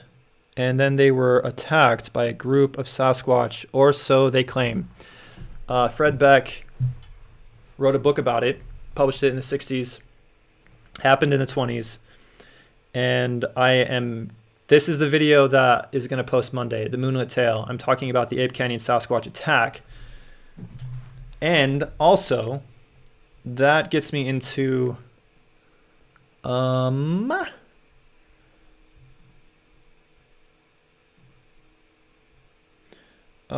scheduled, published, right here. Okay, check this out. If you are a Nightmare Plus on my Patreon, which is just $3 a month, you can come here to this poll right now and vote on the next Moonlit Tale you'd like to see. We've been doing this the last few times. The Ape Canyon Sasquatch attack was one of the ones that was won in a previous vote. It looks like we've got 3 votes. I just published this today. Looks like we've got 2 votes for The Incredible Journey of Keith Parkins. That's a missing 411 story. And then we've got 1 for the Mothman Prophecies. If you're already on Patreon, if you're supporting me on Patreon as a nightmare or higher, go take this poll. I want to see what you guys are interested in me making into a Moonlit tale. Or if you're not, go support me as a nightmare and take the poll. And if you do it during this live stream, I will call you and we'll have a conversation about an interesting location. That's going to be fun. That's going to be really interesting. I'm not going to use my real phone number. I think that's what Starvin Marvin was talking about. I'm going to use a Google Voice number. All right. Fun fact: the mountains you are looking are the Blues Mountains. Interesting. Ram is in the house. We got Ram in the house, dude. Ram. I don't know if you heard me pitch it, but go support me over on Patreon. And if you support me on Patreon during this live stream, I will we'll have a conversation on the phone, and we can talk about an interesting location that I'm going to put on the Moonlit planet. People have seen panthers in those mountains, which are obviously not supposed to be there. That's super weird. You're talking about Mount St. Helens or the hills in Australia? Maybe that square are properties of someone who cut trees once. You should compare the register of properties of that part. That's a good idea. That's a good idea. Yeah, I think you're understanding, right? Okay. Do we have any more reactions? If you guys want to see, you know what? We're going to do a Moonlit Planet hunt right now. Anybody have any... Somebody say a location. Just anywhere. Anywhere in the world. First person. First person to say a location. We're going there. And we're going to search the area.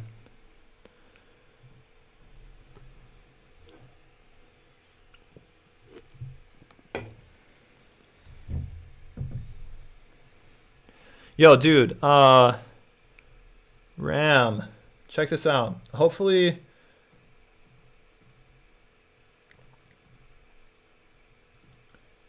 no, the video is kind of fading away. It's getting too hard to see. Maybe we can still see a streak here in a second. Maybe I'll go, Starvin Marvin says Skinwalker Ranch. Okay, we're going to hit up Skinwalker Ranch in just a second. I'm going to adjust the lights on the cloud chamber. Ram, just hang out for a second so you can see this really cool cloud chamber.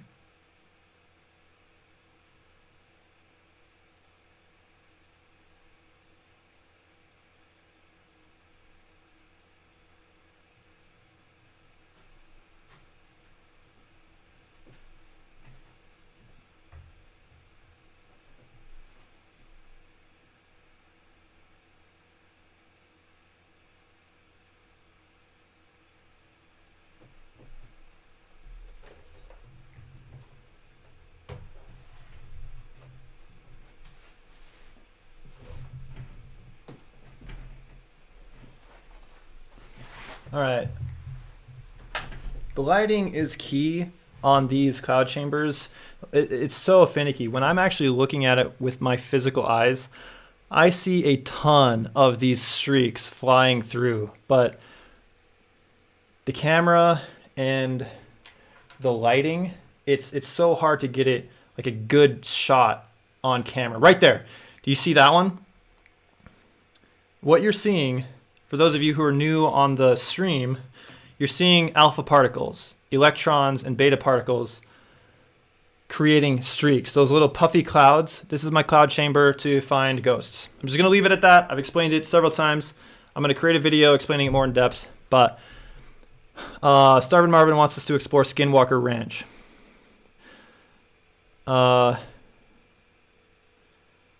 Moonlit Jakey and the Cloud Chamber of Secrets. You know what? I might write that book just for you, Starvin Marvin. Okay. So the thing about Skinwalker Ranch is, I believe I have already looked at it, but it's really big. I have done another live stream where we looked at Skinwalker Ranch. So we're going to look at it really quickly. And then we're going to move on to the Brazilian rainforest. Andy's suggestion. I think... Hold on. I'm just going to search it. I should know where it's at. It's really close to where I live, but...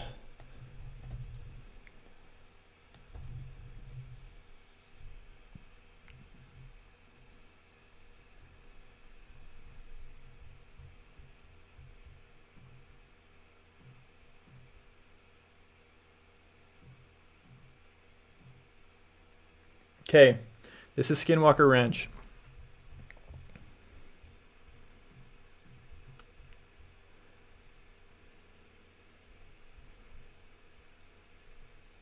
So I did on another, like I said, on another live stream, scour this entire area. What I want you guys to do though is I want you guys to click the link in the description for the Moonlit Planet and actually open this up and help me search Skinwalker Ranch. And if you find anything interesting, shout it out in the comments or drop it in the Moonlit Planet on the Discord.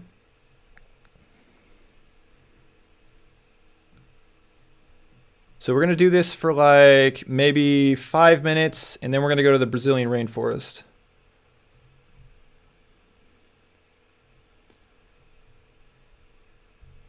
What I did notice is that I will point this out. The last time we were over here, I found like all of these potholes. I have no idea what these things are.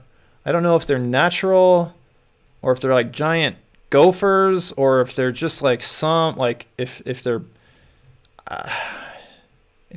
purposely made. I don't know what they are. If anybody has any idea what all these little holes, these circles are, I would love to know what they are. Strange thing 3. It's probably just like some like little structure, maybe like a shed or something like that. I'm not too concerned about that. But there is an X right here, which I have no idea why there would be an X right there. Who knows? Night, Andy. See you later. Thank you for joining us. We're going to take a look. So this is a ranch right here. I'm going to scour this mountainside, see if we can't find anything interesting on this cliffside. We're looking for Bigfoot. We're looking for weird objects on the earth.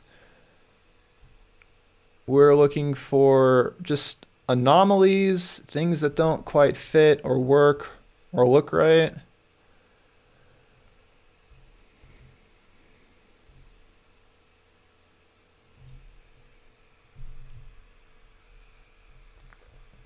Shout out in the comments if you see anything weird. I'll pause on just different spots for moments.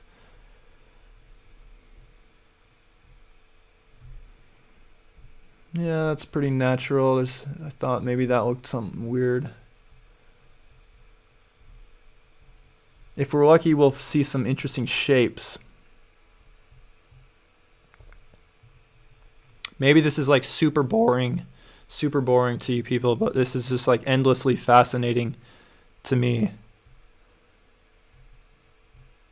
This isn't like the ideal thing to do on a live stream, but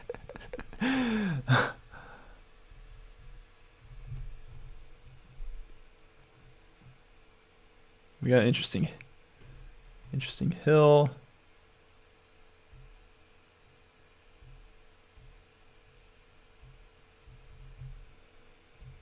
We got a thing there. That is definitely a reflective thing out in the middle of nowhere.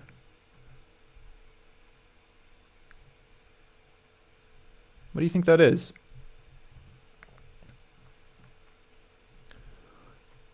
Does that look like a structure to you guys? Doesn't look like a car.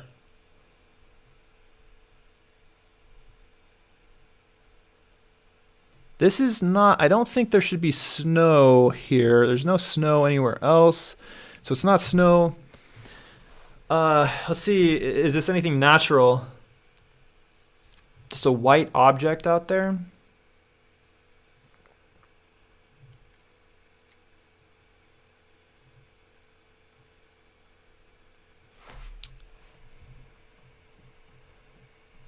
It's not a camera. It's not like something wrong with the images of Google Maps. It's not snow. It's out in the middle of nowhere.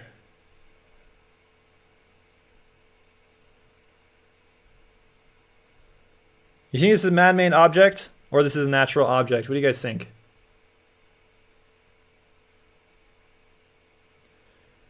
I'll tell you my thoughts on a Ouija board in just a second if you tell me what you think this white object is.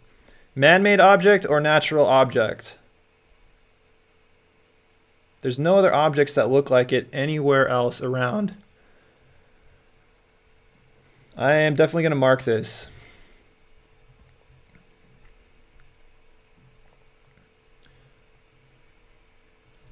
Strange object. I would love to hear your guys' thoughts on it. Okay. My thoughts on the Ouija board, there's a lot. I have a lot of thoughts on Ouija boards. I probably not going to be playing with the Ouija board anytime soon. Are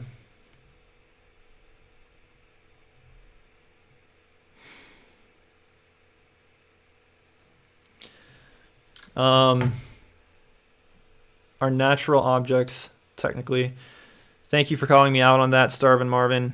I do appreciate the technicality there. Give me 1 second. I'll be right back. Let me know what that object is. Hit it up on Google Maps. It's marked in the link on the Google Maps. I'll be right back.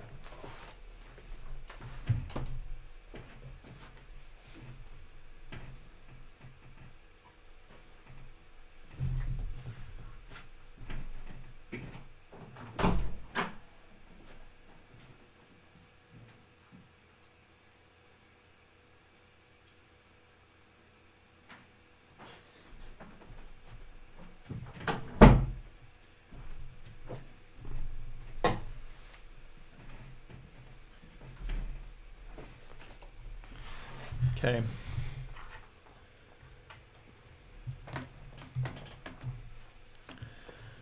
Okay, we found that, and we're gonna spend about 10 minutes in the Brazilian rainforest, any specific location, and then we're gonna go back into some reactions. If you guys have any stories, please drop them on the Discord, in the Discord.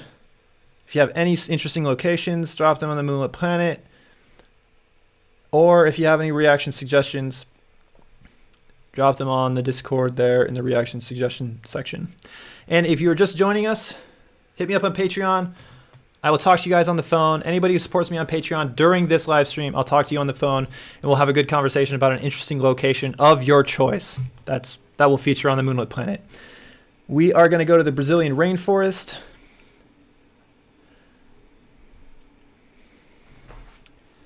And we're going to look around there for about 10 minutes.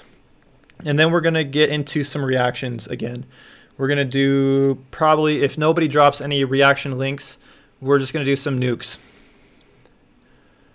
Just anywhere in the Brazilian rainforest? Who said that? Andy. Oh, did Andy? Oh, Andy left. Sorry. We'll just go like, we'll just drop here. Wow. Those are all man-made things, but that looks really cool. Whoa. Are those rivers? Wow, that is really cool looking. That looks like a, wow, that's amazing.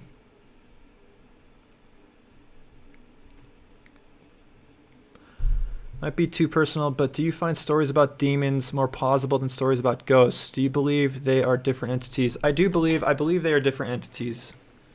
There are, it's my belief that there are a lot of different types of entities out there. There's not certain things just fit neatly into different boxes.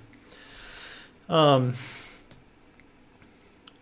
not too personal. I will talk about it. I'm very skeptical of a lot of videos of people playing with Ouija boards. At the same time, I think that there is some sort of strange thing going on with Ouija boards that I'm not really willing to dabble in at the moment. But yeah, I think demons are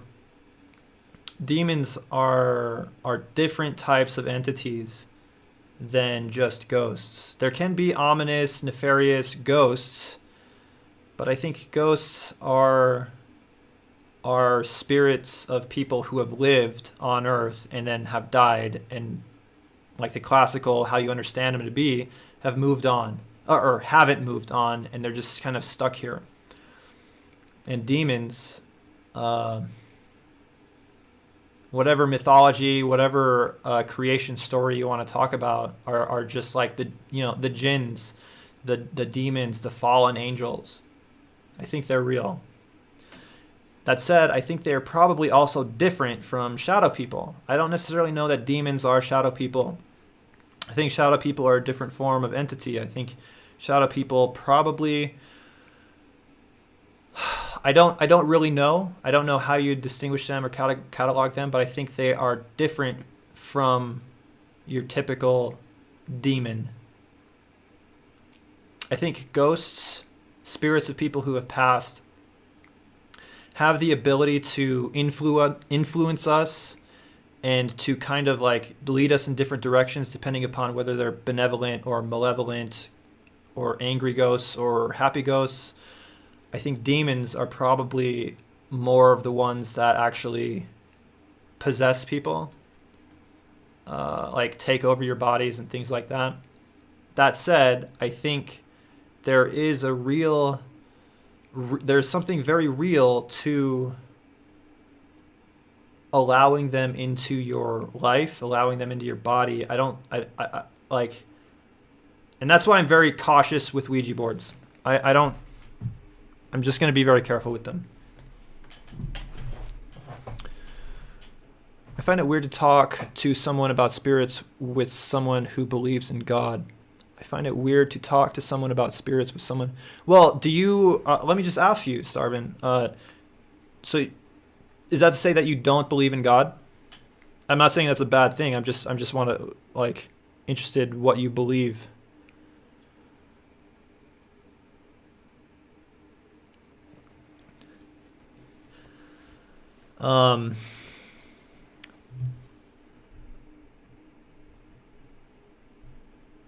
Oh, wow, look at this. That is just like, those formations of nature are amazing.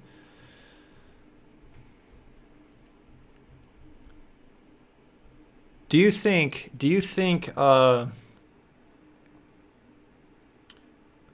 I do believe in God. I do believe that there is a God, and I think that God is more than just like the ever-present universe. I think that God is actually an omnipotent, all-knowing individual. I don't think it's like some people have an idea of God being, God is the universe. I think there is an aspect to that, but I think there is a God that is a physical, I don't know, physical, spiritual, higher form of being than you and I, who just knows a lot more about everything.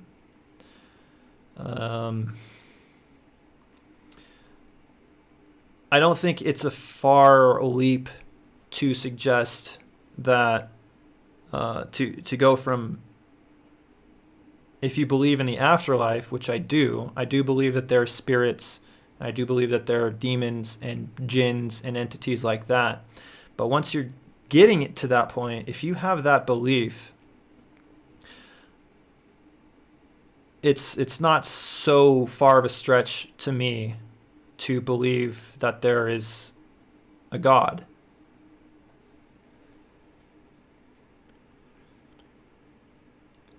And I don't, you say that you don't believe in a specific God, but do feel that there's something out there that I can't understand.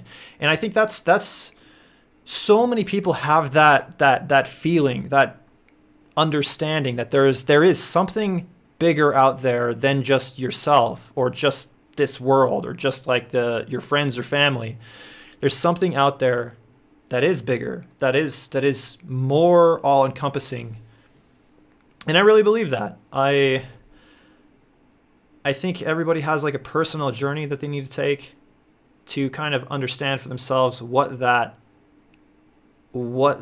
bigger thing is.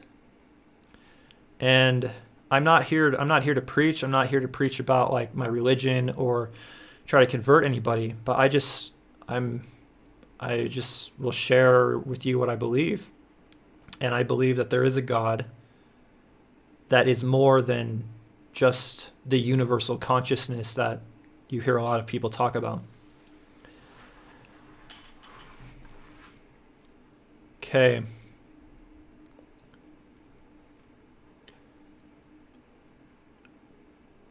That is true. The things that you are raised to believe never really leave you. Okay, what we're gonna do is, yeah, my personal journey is ever growing. It's ever expanding. I'm very, and a part of this channel is, it's not just about the paranormal. It is almost a spiritual development for me, because I want to know. The purpose of this channel is to understand the mysterious, to try to understand what's real and what's not, to try at least to take an objective look on reality. And that includes everything. That includes God, that includes spirits, it includes Bigfoot, aliens. All of these things have a ramification and an impact on the other. And I learn something new every day. Whether it be working on this channel or reading your guys' comments. That's why I love doing this. I love doing this so much and reading your stories, because it gives me all these interesting perspectives that I can then take and like use to help better my understanding of the world around me. Yeah, I agree. Let's hear a joke, Starvin. While I'm talking, I should have been exploring this rainforest.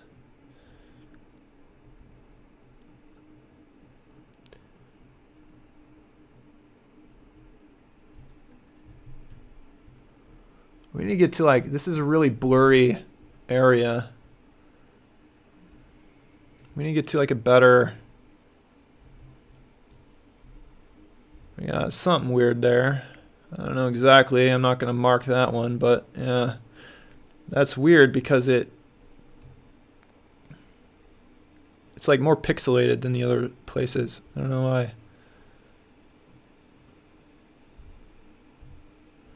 Let's take a look at a different spot in the rainforest here. Let's go over to the shore, the coastal areas. Ooh, we got some good detail here. Who's there, Marvin?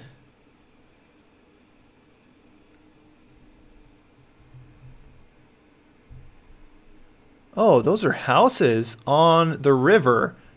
Wow. Wow. That would be crazy.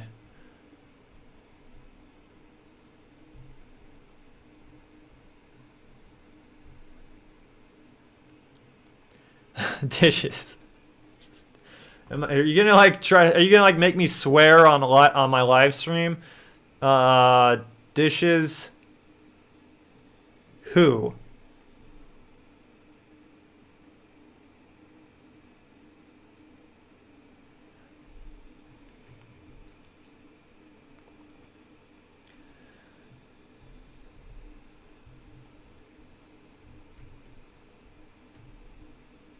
Maybe we could see like a giant anaconda. Dishes Sean Connery. That's a good one. I'm glad you didn't make me swear. That's a really funny one. Dishes Sean. Dishes Sean. Dishes Sean Connery. Okay, we're gonna get back to what we're doing here. We are gonna look. We're gonna follow this river for a bit and see if we can't find like a giant anaconda or some interesting thing in this river system, and then we're gonna get back to some reactions.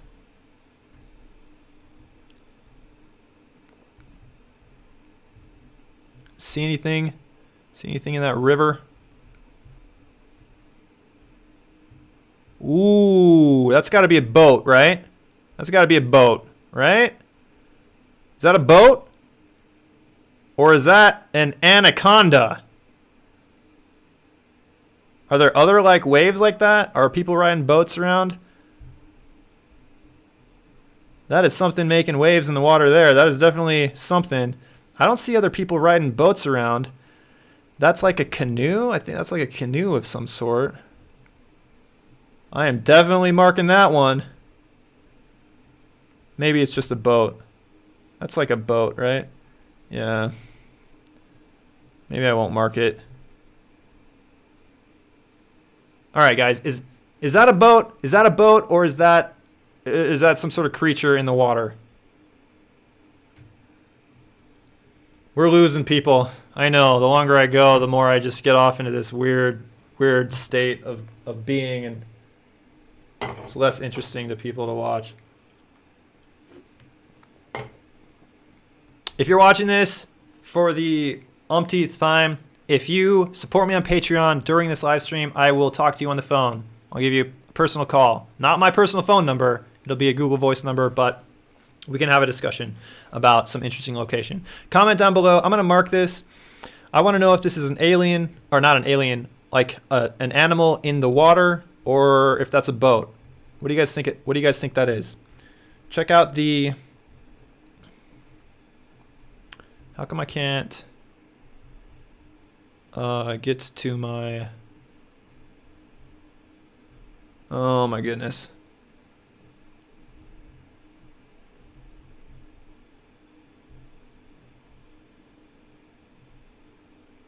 I am struggling. I am struggling.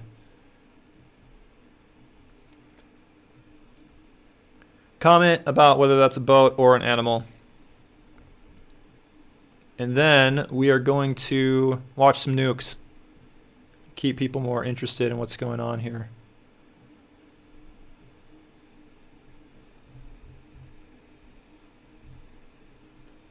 Whoa. Animal or boat? Okay. Let's keep people's attention and watch some nukes. That's what we're going to do right now.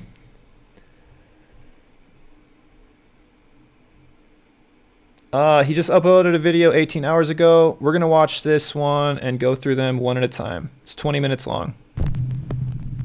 You guys with me still? Let's get our concurrent viewers back up. I'm sorry I was being like boring and planet hunting. It's super fascinating, interesting to me. Here we go. Top 10 ghosts caught on camera. That's a wave. Yeah, it's definitely a wave, but something was making that wave. Like a giant anaconda. Here we go. Japanese paranormal YouTube channel Fourth Wall has been sent several videos taken at the same cemetery somewhere in Japan. The graveyard is said to be haunted by the tragic ghost of a little boy who drowned in a pond 30 years ago. His parents laid him to rest in the cemetery and commissioned a beautiful statue of their son to be placed at his gravesite to honor and remember him. Late one night, heartless vandals desecrated the grave, destroying the statue and stealing its head. Since then, local legend says that the headless spirit of the child roams the graveyard, forever looking for his missing head.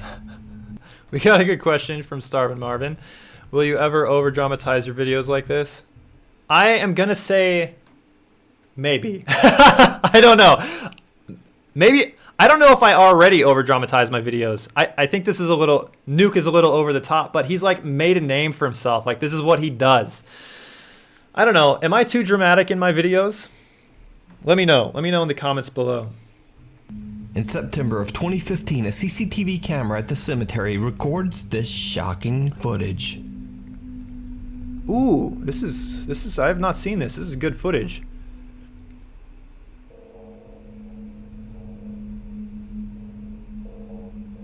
Okay, there's a shadow figure walking. There's a shadow figure walking through this cemetery.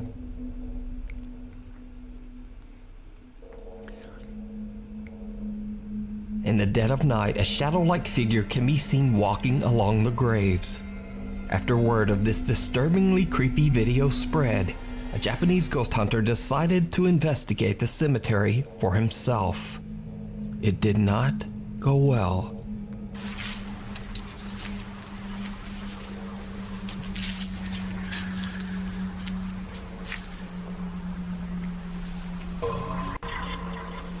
Oh, he's gonna say, "Did you see it?"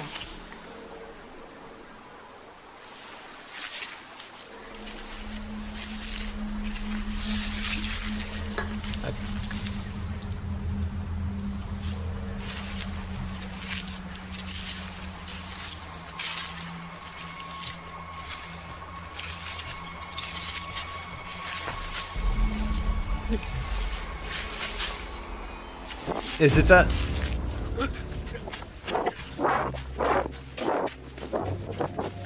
The ghost hunter hears something and turns to see an odd white apparition, but he whips back around and nothing there.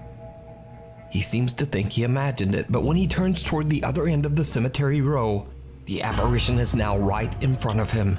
In abject terror, he makes a run for it. So could it be that these strange figures are the spirit of the little boy, forever wandering the cemetery? Let me know what you think.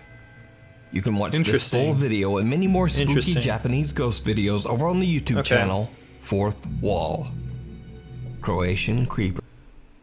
I'm not going to spend too much time on that. So the CCTV camera, I am super skeptical of any CCTV camera apparitions or ghosts. Not saying that they can't be paranormal, but I just... There are a lot of things that can explain that one darker figure walking through there. And I'm trying to remember his name. Captain Disillusion explains those. Basically shattered all of the illusions I had of CCTV camera ghosts. Maybe I'll link his video, but if you haven't, just YouTube Captain Disillusion Disneyland Ghosts, and he basically debunks anything like CCTV camera shadow figures or ghosts. So I don't really believe that. The guy seeing the white apparition, though, I don't know. What I actually want to look at... There. He seems to think he imagined it, but when he turns toward the other end of the cemetery row, the apparition... What I actually want to see, if I can see at all, is if this little white cloud is actually in the form of a human. It's definitely... Oh, see that right there? This frame?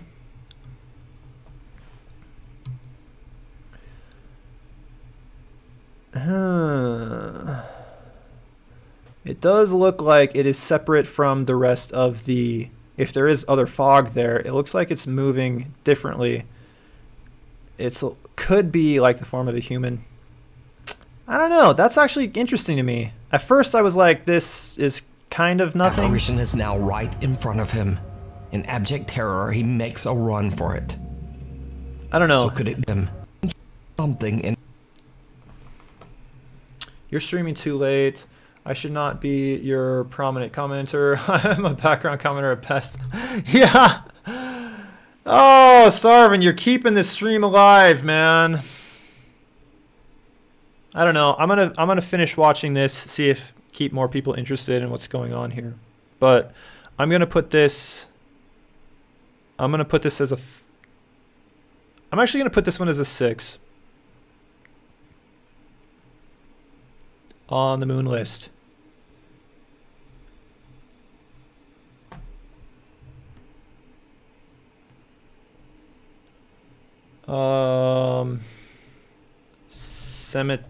Cemetery ghost.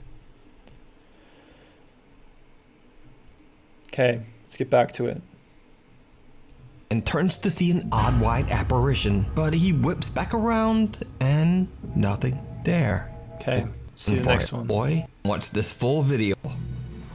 To be clear, this part right here, I'm not convinced. That's could be like burn in on the camera, and it could be just like somebody else actually walking there. Japanese ghost videos channel. Okay. Fourth wall. Croatian Creeper. Croatian Creeper, here we go. Popular YouTuber Dennis Domian sets out to explore the Brebear Cemetery in his hometown of Brebear, Croatia for his quote, scary bedtime stories video series. He says that throughout his childhood, the cemetery has always given him the creeps, and even now he feels uncomfortable just being there. In the dead of night, he gives a video tour through the graveyard when suddenly he records something that's just unnerving.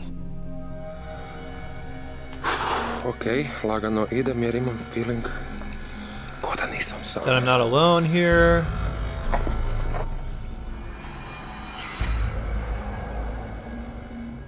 Did you see it? Someone or Yeah, some strange I saw distorted it. figure can be seen standing. Did you see it?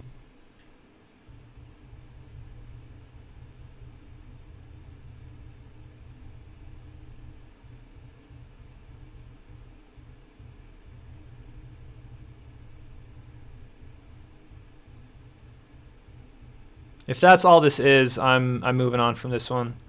That little like thing standing there. Looks like maybe it has 2 legs. It could be a shadow figure standing there, but it's so freaking blurry. And then he pans Someone back. or some strange distorted figure can be seen standing amongst the graves.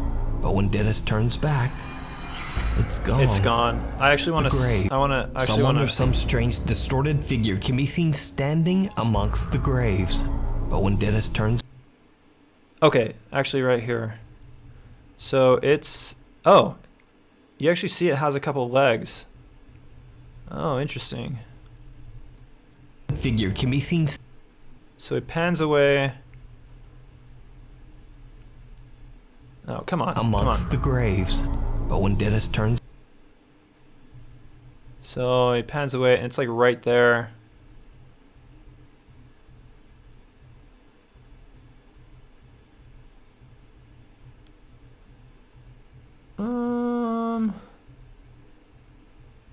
Hmm.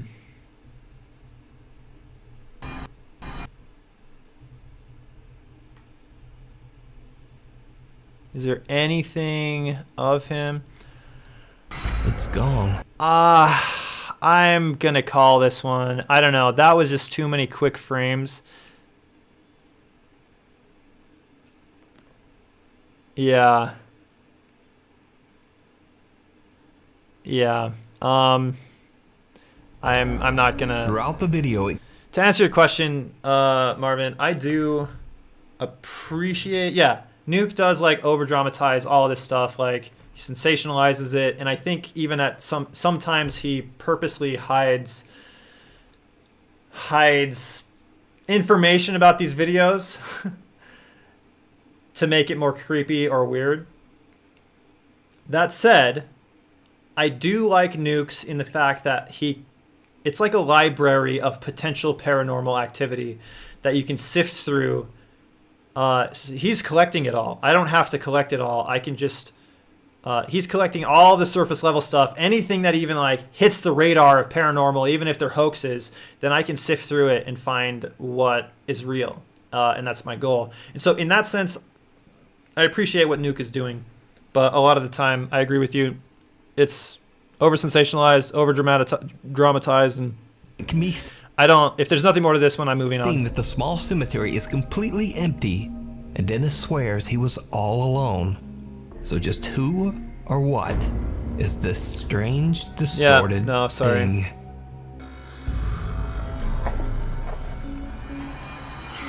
The ghost of the mosh pit. What's Now, up, most of the time, you Tasno think of creepy 1000? paranormal video as occurring in the dark, and maybe Tasno 1000 is in the house. If you're just joining me, maybe I don't know your name on Patreon, but if you support me on Patreon during this live stream, you're gonna get a $10, not $10, but a 10-minute phone call, and we're gonna talk about some interesting place to put on the Moonlit planet. So support me on link in the description. Support me on Patreon. in creepy old abandoned places. But here's a video that's from a live daytime heavy metal music festival in San Bernardino, California in 2011. And just watch very closely, because it's about to get weird.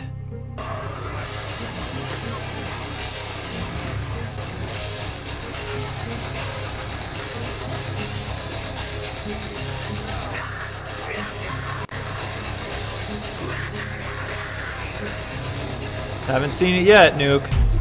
Whoa.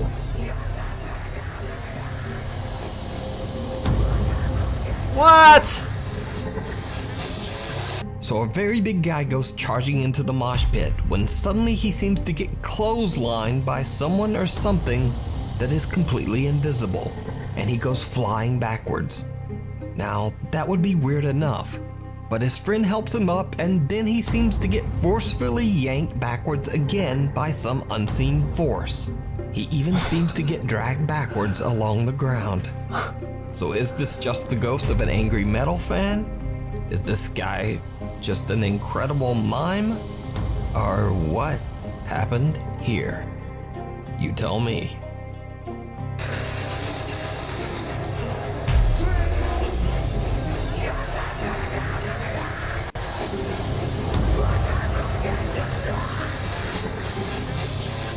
Caught. I have never seen that one before. That is bizarre. So, okay. Before they pan over, this appears to be just somebody in the crowd.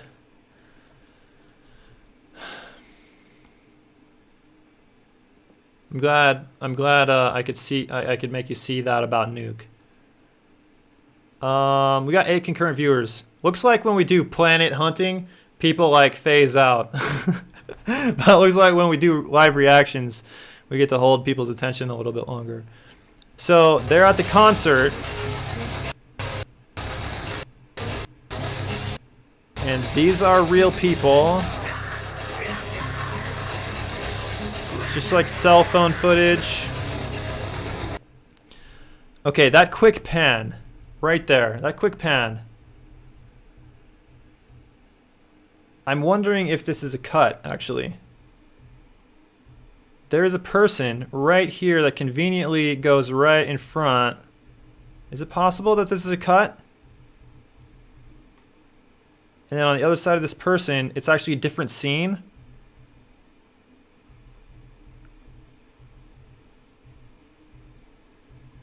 That is a person, right?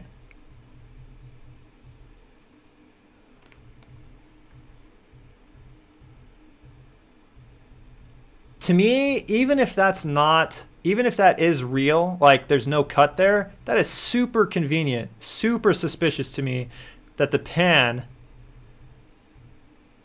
that person's head is right there.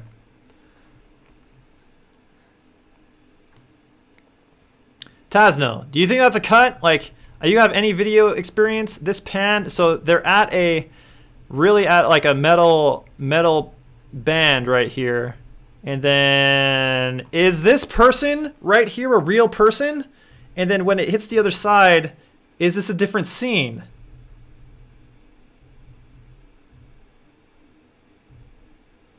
Is there a metal fence right there?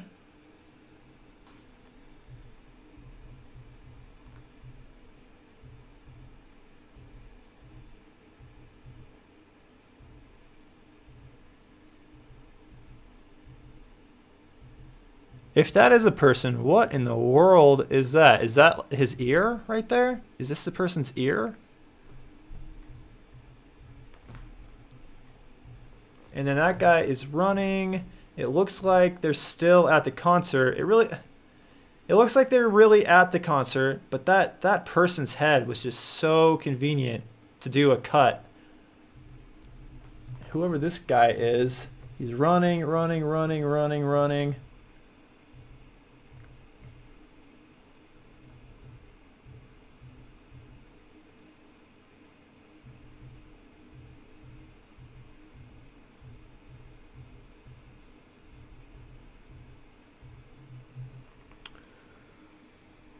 That's not that convenient. There's a lot of people there. Yeah, kind of looks like a cut.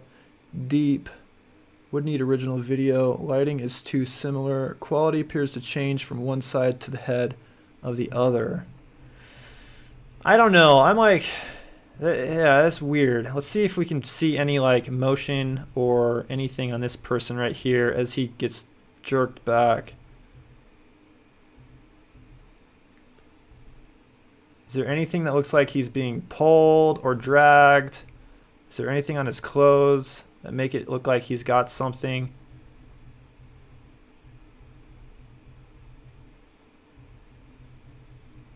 Looks like that's a real whiplash.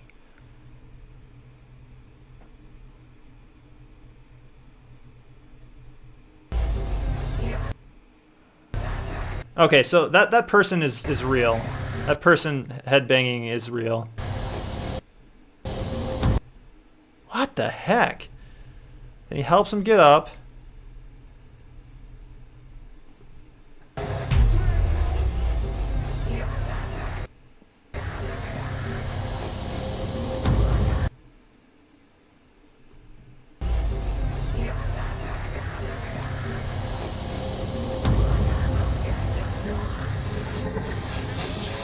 So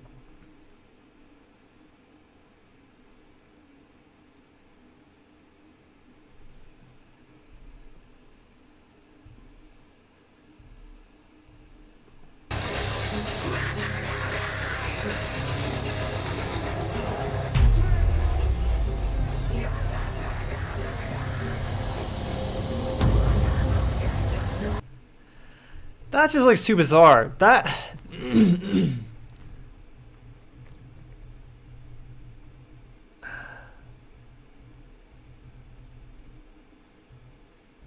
No, this is not real. This is not real. This is just not.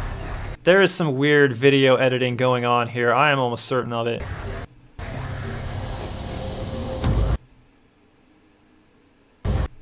Okay, let's assume that there is no cut here. Let's assume there's no cut. Let's follow, watch him right here. Watch his foot. See his foot right there? He gets pulled back the second time. He's right there. Right there. Okay, and then this guy's obscuring the view. There's his... That's still good. That's still good. That's still good. That's still good. And then...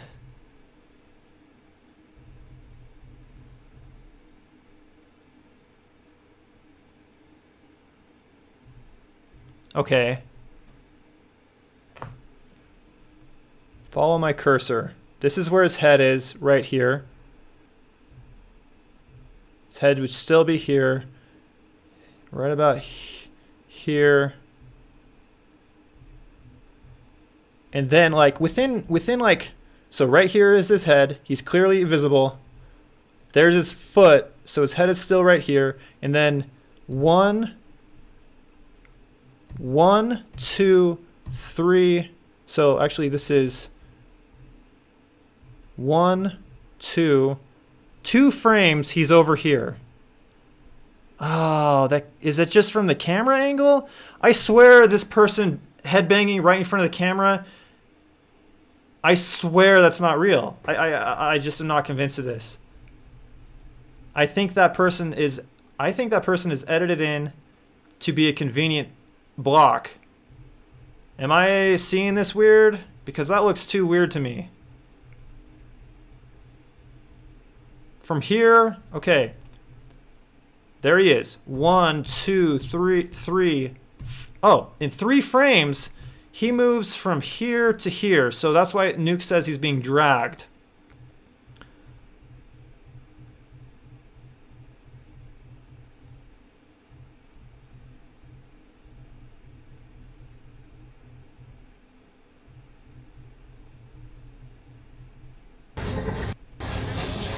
Maybe we're gonna get a shot and this guy is real, but that just looks so bizarre to me. A very big guy goes charging into the mosh pit when suddenly he seems to get clotheslined by someone or something that is completely invisible, and he goes flying backwards.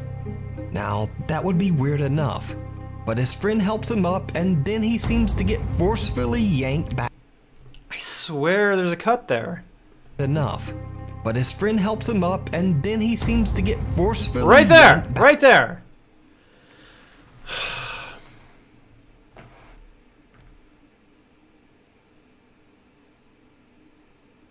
Can see it in the freeze frame, his facial expressions. I mean, the grouping of people seems strange, like they're inviting this scene to happen. Could be a movie project. I am inclined to agree with you, Ram. Like, why the sudden space between the group if they're rocking to the song together? Ooh, Epi Ratner. We got Epi Ratner in the house. I don't know who Epi Ratner is. This is exciting. We got a new viewer. Looks like his shirt is being pulled back. Like he's got a tether to him that yanks him back. Yeah, I think so. Go to when he just gets coat hangered. Not dragged, camera motion. Cut. There's a cut as he falls the second time. Yeah. I think we debunked this live. I think this is a live debunk, guys. This is definitely, it could be like what Ram said, a movie project. And this guy headbanging conveniently right in front of the camera. Yeah. We're going to watch this one more time without any stops, without any freeze frames, and just with this new perspective, see what we think again.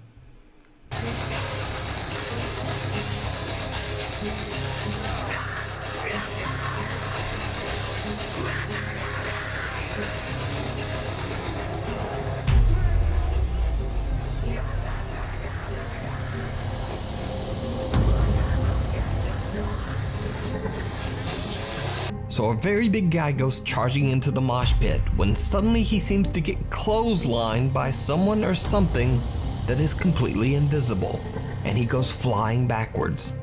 Now, that would be weird enough, but his friend helps him up and then he seems to get forcefully yanked backwards again by some unseen force.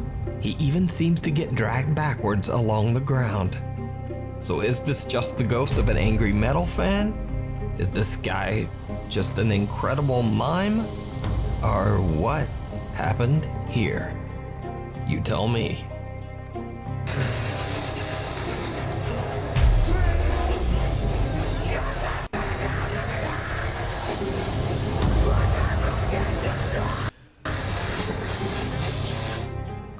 All right, so yeah, I think we did a live debunk on that one. That's exciting. And when we normally do that, when we get to a point where it's like debunked live on screen, I don't usually put this on the list, but I actually want to use this as a case study. I am going to share. I am going to save that one. I'm going to start it here. I'm going to copy that, and I'm going to put it on the list. But I'm going to put it. I don't normally put them on the list unless they're a 5 or higher. But I'm just going to put it here as a case study, so we can like study that, and so I can study it and look at the camera trickery and the editing there. concert poltergeist. It's not a concert poltergeist. What is actually happening? This is a metal thing, metal band thing. It's late, guys. It's late. Give me a break. So it's metal band thing. It's going on there as a 0. And I'm gonna look at that, and I'm gonna use that to really help us understand video editing like that in the future. Okay, we've got 10 concurrent viewers, guys. Good job, guys. That's exciting when we can get a live debunk. Yeah. We got 9 people on here right now. We got 10 people on here right now, actually. So go ahead and support me for $1 a month on Patreon. If you do it during this live stream, I will call you. I'll call you and we'll have a 10-minute conversation about an interesting, strange location in the world of your choice, and I'll put it on the Moonlit planet. Go hit me up on Patreon. Links in the description. All right, we're gonna move on. Ghost caught on camera. On camera. Instagram user Satanic Tacos, aka Heather, says she is skeptical of all things paranormal and doesn't believe in the afterlife or ghosts. But late one night, her 1-year-old son wakes up very believe in the What is Instagram is Satanic Tacos? I've had some satanic tacos in the past. I don't know about you guys, but afterlife or ghosts. But late one night, her 1-year-old son wakes up very upset and doesn't stop crying for over 2 hours. Bizarrely, the motion detectors on the CCTV cameras around Heather's house were going off too. She checked her recorded CCTV footage, and to her shock, just after her child starts crying, one of the cameras outside catches something downright creepy. right before we see something downright creepy from Nukes, to everybody new that's on the stream, go over to my Discord, drop, if you have a strange story, a personal story, and you'd like to discuss it, not even discuss it, but just like have me read it during this live stream, go over to the Discord right here and drop it in the share a story. This is for anybody who has a strange, interesting story they want me to share. Or if you have a video that you want me to react to, YouTube or Reddit, I'll do YouTube or Reddit. Go to the Discord and drop it in the reaction suggestions.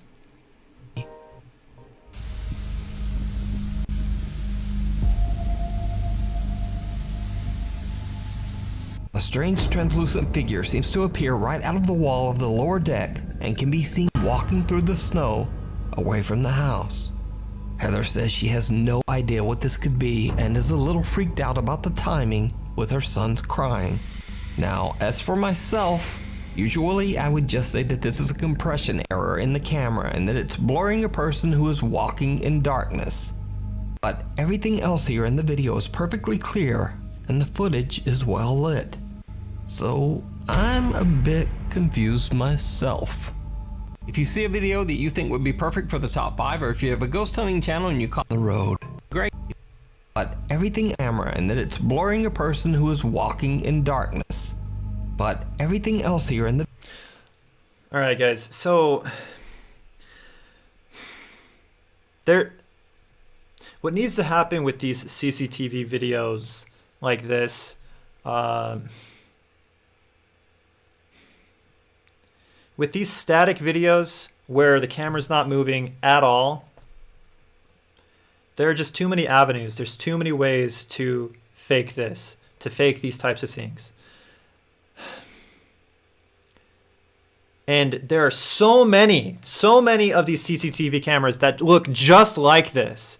So either there is really a phenomenon going on that CCTV cameras are capturing, or they're just super easy to fake. What I know is that these CCTV camera ghosts, just like what we just saw there, they are super easy to fake. And they are also super easy to accidentally have something like that happen. So there may be a paranormal phenomenon going on right here, but it's just, I need more than this. I need the evidence to outweigh what I know about these CCTV camera videos. So this is not going on my list. It's not. Unless somebody like shouts out in the comments like, no, it's real. It's a real ghost. This is why. You got to give me a good explanation. I'm moving on from this one. The video is perfectly clear and the footage is well lit. So I'm a bit confused myself. If you see a video that you think would be perfect for the top 5, or if you... The girl on the road. Sorry guys, Now, sorry this for not next full creepy screening video this. was sent in Sorry. by a very nice Nuke's Top 5 viewer, but it's an old clip and the source is unknown. The video is believed to have been recorded in the West Java area of Indonesia, and it shows 2 men encountering something horrifying on the road.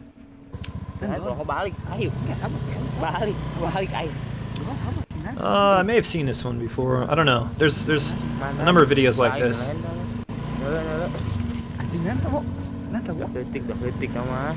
I don't see it.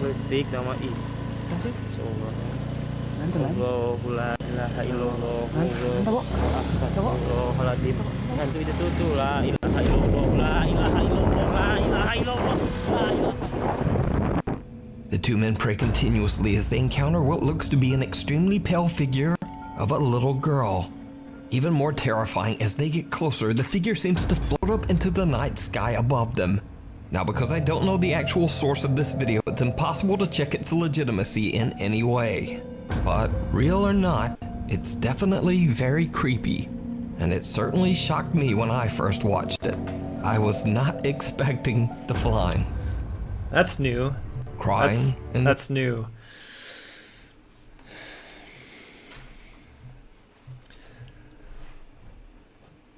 What do you guys think? Tazno, what do you think of that?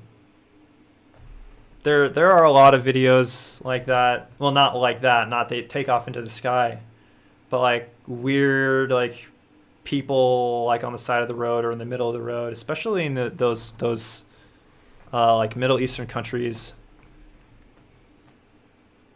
I'm like I would love to just throw that in a program and just like look at that in more detail, but I don't know. I need some input from you guys on this one. Do you want to see this? Do you want to see this on the moon list? Or do you think we should even waste our time on it? mostly as they encounter what I'm inclined to believe that this is just this is set up.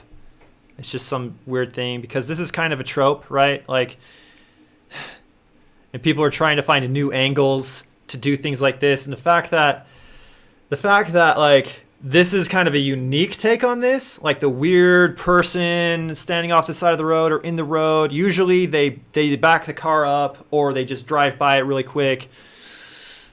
But this is like a new take. It seems like they could have been thinking about doing like a project like this, and they needed to spice it up, and so like let's have them shoot off into the sky.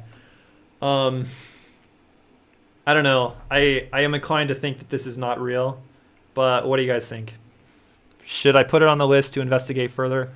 Girls in the dark, long dark-haired girls in the night. I have to write them off. Yeah, The Ring lives. Well, I'm gonna that's in Southeast Asia, and it's supposed to represent. Oh, we got some first-hand knowledge here. Okay, Pontianak. You talked about those in one of your previous stories. I mentioned before, but I think it could be fake, but also might be real. But as the thing flies, it seems fake.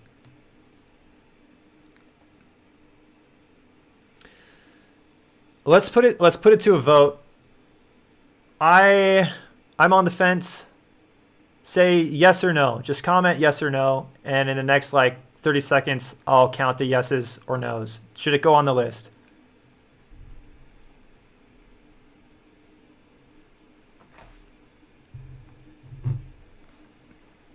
No. Tazno says no. All right, we need a yes to counter that. I'm leaning on fake though. No. All right, that's 3 people. Okay, yeah, it's not going on the list, guys. the 2 men pray continuously. It is weird to look at though. Let's frame by frame that really quick.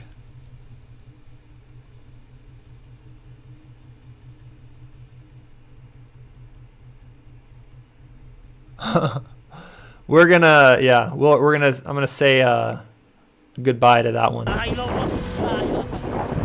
That was fun to look The at. two men pray continuously as they encounter what Alright, might next. as they know the me one from the YouTube channel Pine in the Dark. Paranormal investigators Jordan and Johnny from the YouTube channel Paranormies set out to investigate an old house in Manitoba, Canada that's believed to be haunted. The story goes that in the 1960s, a woman named Rachel discovered that her husband of only 2 months had run off with another woman. That's a good point, Starvin. I like switch off between calling you Starvin and Marvin. Maybe I should start calling you 324. Do you think it's weird how ghosts are themed based on country? It is weird, yeah. Japan has girls in white dresses with black hair in front of the face. The Middle East has children hiding around corners in abandoned buildings. Yep. I do think that's, yeah, that is funny. It is said that neighbors heard Rachel sobbing uncontrollably shortly before taking her own life. Oh man, we got a Cut to bad current day. story. It is said that in the house, I didn't hear the story. We gotta listen to this. The story goes that in the 1960s, a woman named Rachel discovered that her husband of only 2 months had run off with another woman.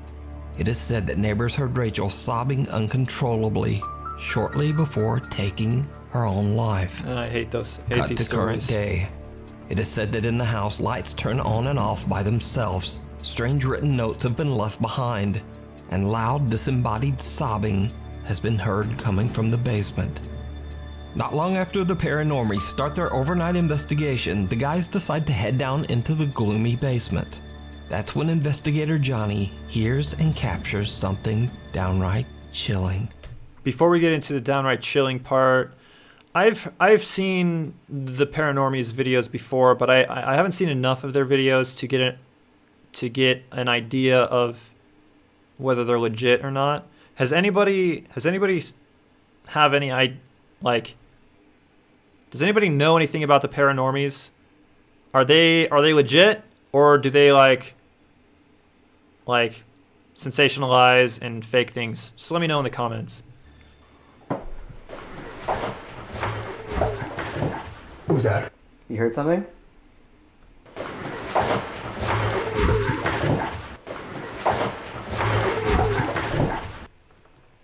Yeah. Paranormies are fake. Ask Mr. Gray. He knows. Could be your neighbor. That's honestly, that's enough for me. Like even secondhand. I know Mr. Gray is really good at what he does, and I don't agree on everything he says, but I think that's totally fine. But I think he's very smart, and he catches on to a lot of things that a lot of people don't, including myself. Yeah, so this first like audio capture right here, it's nothing to me. It doesn't mean anything. There's just audio anomalies everywhere, and people read into them and think they are things that they're not. Yeah, it sounded like a kid's voice. Ready. It said, Ready? what did it say earlier? Did it? Ready. It said, Ready? what did it say earlier? Did it say child? Yeah. Dude, could be your neighbor. Welcome to the stream. Thanks for commenting. Yeah, it did say It sounded child. like a kid's voice coming from down here. I don't know if I want to turn these lights off. I was going to turn them off. Johnny is shocked when he hears the sound of sobbing coming from somewhere down in the basement. The guys now believe that the spirit of Rachel might be with them. Meanwhile, earlier in the investigation, the Paranormies set up 3 separate motion-activated REM pod devices on the main floor of the house. As they're investigating down in the basement, they hear something truly bizarre. You heard that? Footsteps upstairs? Footsteps. I heard it.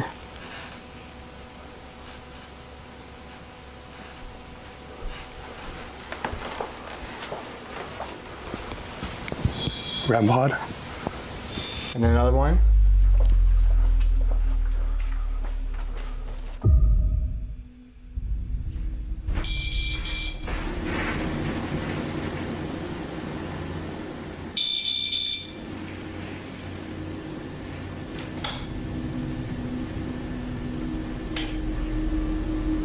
The investigators hear footsteps right above them, and a static camera records as 2 motion-activated REM pod devices are triggered by something moving around on the main floor. Then a light turns on and off on its own. Jordan and Johnny decide to set up a laser grid and point it towards the kitchen and living room on the main floor, right beside the basement stairs. As they are discussing just what might be going on in the house, they capture something very disturbing. Even when I said, like, hey, it did RAC, am I okay? Like, thank you. Like, I don't need you to continue on. What? Shut up.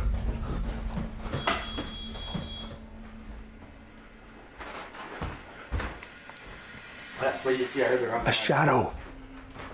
Really? Rachel, are you Right here? from here, this way? Like over this way or that way? Between the letters. Even when I said, like, hey, it did RAC, am I okay? Like, thank you. Like, I don't need you to continue on. What? Shut up. RAC, am I okay? Like, thank you. Like, I don't need you to. I'm just gonna frame by frame that really quick.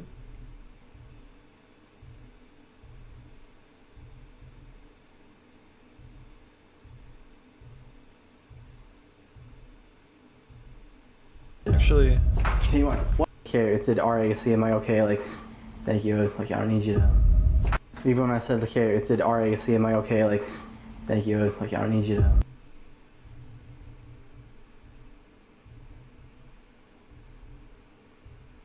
Need you.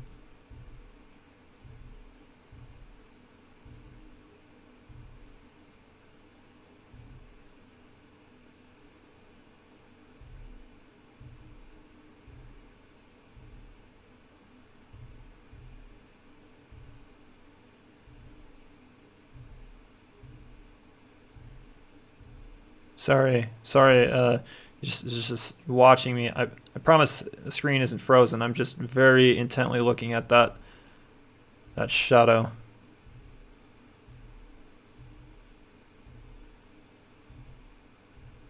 Does anybody find it odd that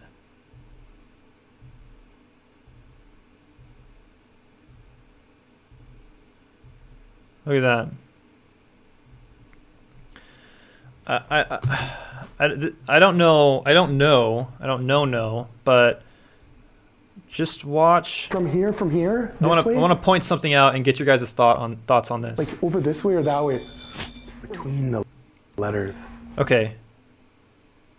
See this? You see where my cursor is? Right here. Can you see my cursor? Hopefully, yeah, you can see it. Right here. Notice where the lights are, where the laser grid is.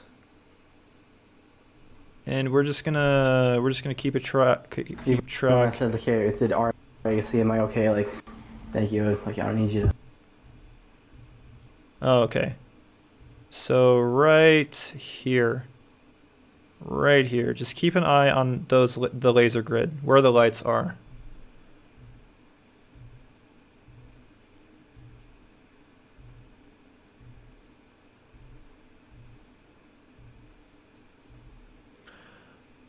Keep in mind, if there was, with the understanding that we don't know how light interacts with an incorporeal being, keeping that in mind, this shadow appears to move lights and make other lights appear. Right here, right where my cursor is.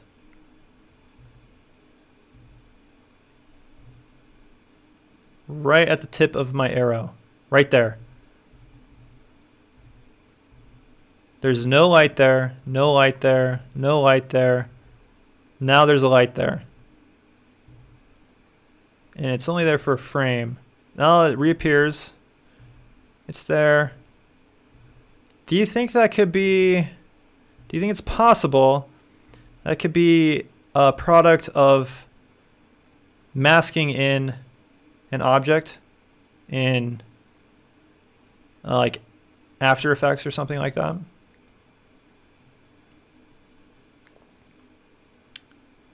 Be a really good paranormal channel. I hope you tough it out and don't become another clickbait station. What I am going to, Marvin, I am going to make you a promise right now. I I promise I will never post something on my channel to purposefully deceive people. I will get information wrong, but I will never post intentionally fake material. I want to know what the truth is. I do believe in ghosts. I think there's real evidence out there. And what gets me about these paranormies, about channels like this, is that these people invest in all of this equipment. Laser grids, all of these like different radios, these EVP detectors, nice specialized cameras. And then they hoax things. It's like, how could you just do that? How could you do that? And they do it to sell out to the algorithm, to the YouTube algorithm, to get clicks. Just like you said, it's just a clickbait station. And it starts with small things. And an easy way,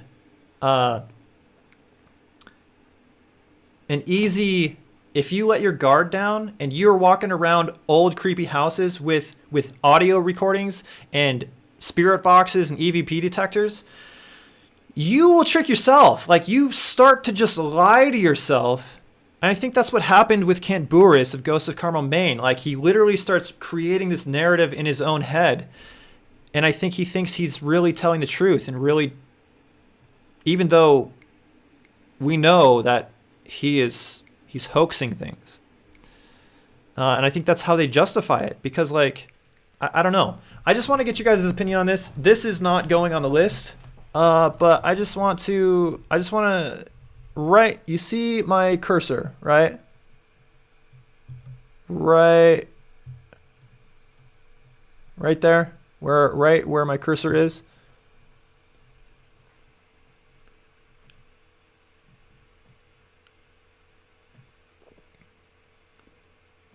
So, could be your neighbor.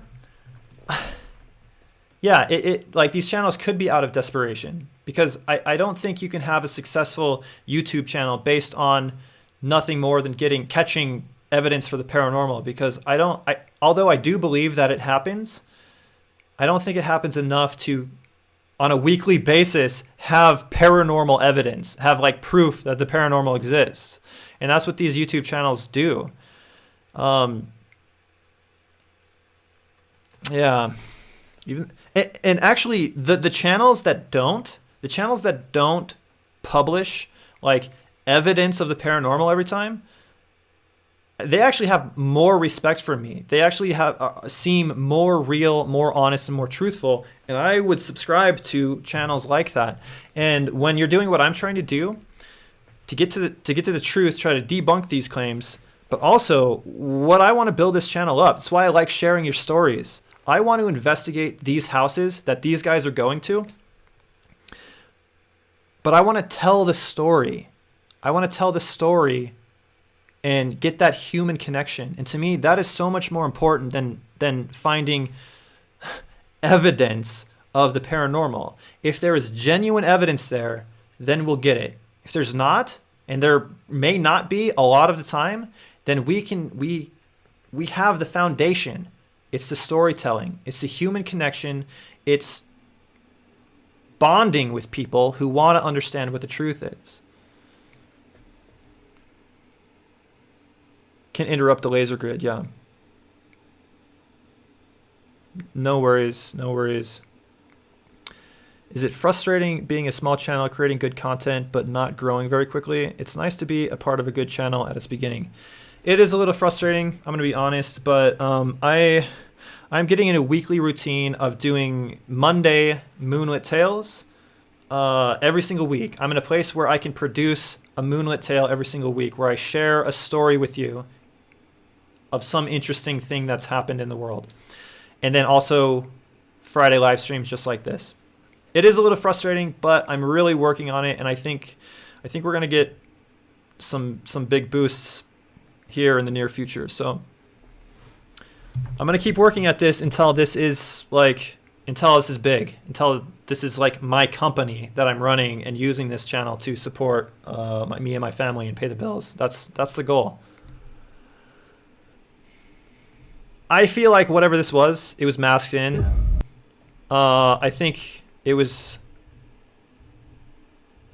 I don't think it's just interrupting the lights, like causing the laser grid to reflect around it. I think it's actually just they're masking in different lights.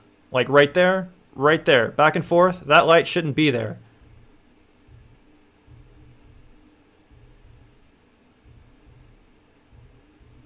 It's not just obscuring lights, it's actually adding lights to it. So that's what I'm going to chalk that up to. Continue on. What? An odd misshapen shadow figure darted to check out Rachel, more spooky way related. That's what I'm calling it. And if World of Mr. Gray, I really, World of Mr. Gray's word has a lot of weight in my opinion. So thank you for sharing that with me. Rap group called Cartel. It's actually... Now this next video is not in any way related to the paranormal. It's actually the official music video of a very popular Mexican rap group called Cartel de Santa, and it's been viewed over 64 million times on YouTube. But many confused fans pointed out something very spooky that happens near the beginning of the That means a lot to me, Starvin Marvin. Thank you. music video. Pay very close attention.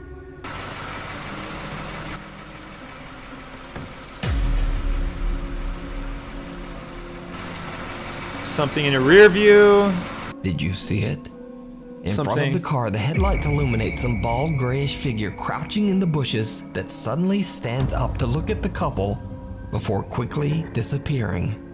Many fans believe that the rappers might have accidentally recorded something paranormal on camera. But of course, this could simply be a crew member that was accidentally caught in the video shot. But if it's a crew member, that leads to many questions. Like, why is he gray? Why is he crouching in the bushes? Why does it look like he's not wearing a shirt? And why does he move in such an odd and creepy way? Even after the many confused questions and comments, the group has never released a statement about who or what this could be. So for now, the identity of this man, or whatever that is in the bushes, remains a mystery. This used why does he gray accidentally on camera? Believe that look at the car illuminate some bald grayish. Did you see it? In front of the car, the headlights illuminate. Did you see it? In front of the car, the headlights illuminate some bald grayish figure crouching in the bushes that suddenly stands up to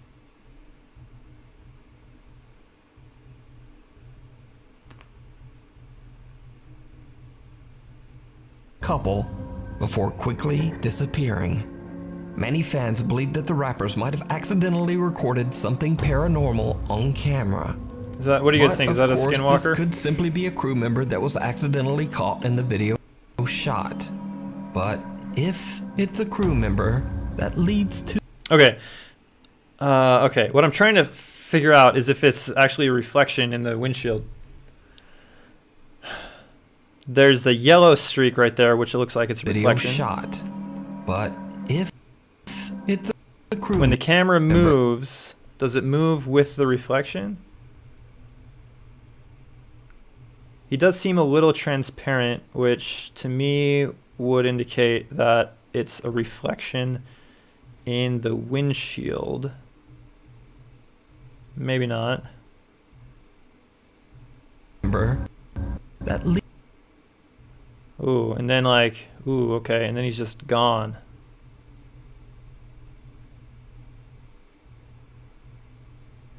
So he's there. He goes just out of view, just soon enough so you can't actually see if it's a reflection like the yellow lines there. And then his nose goes in the way and he's gone. leads to too many questions.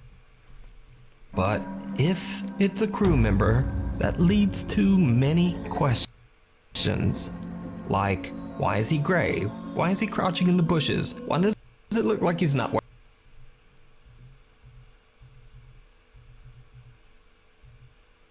I don't want to spend too much time on this. I'm already spending too much time on it. shirt? And why does he move in such an odd and creepy way?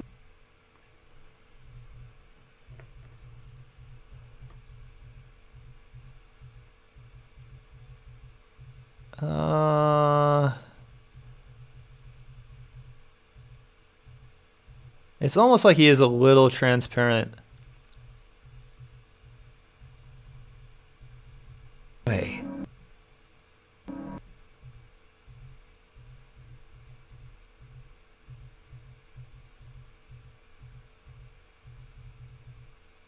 Right behind the nose. Even after the many confused questions and comments, the group has never released a statement about who Oh, this is a back side of his head?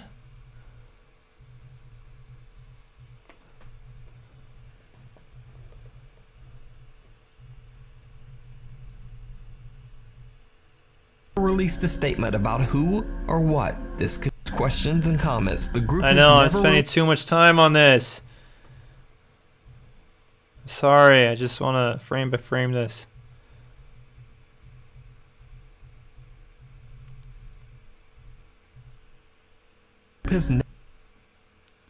Okay, there he is right there. Never released a statement about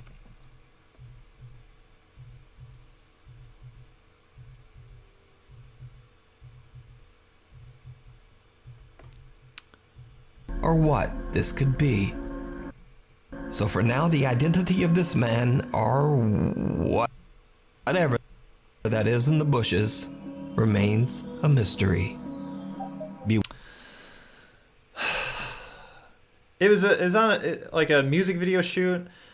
Like I'm inclined to just believe like it was either a reflection of somebody else. Actually, it was behind them. I don't know. Maybe it was in the bushes, but they were on a music video shoot. There is obviously more people around. There are people off camera. I'm just inclined to believe that whatever it was just somebody there.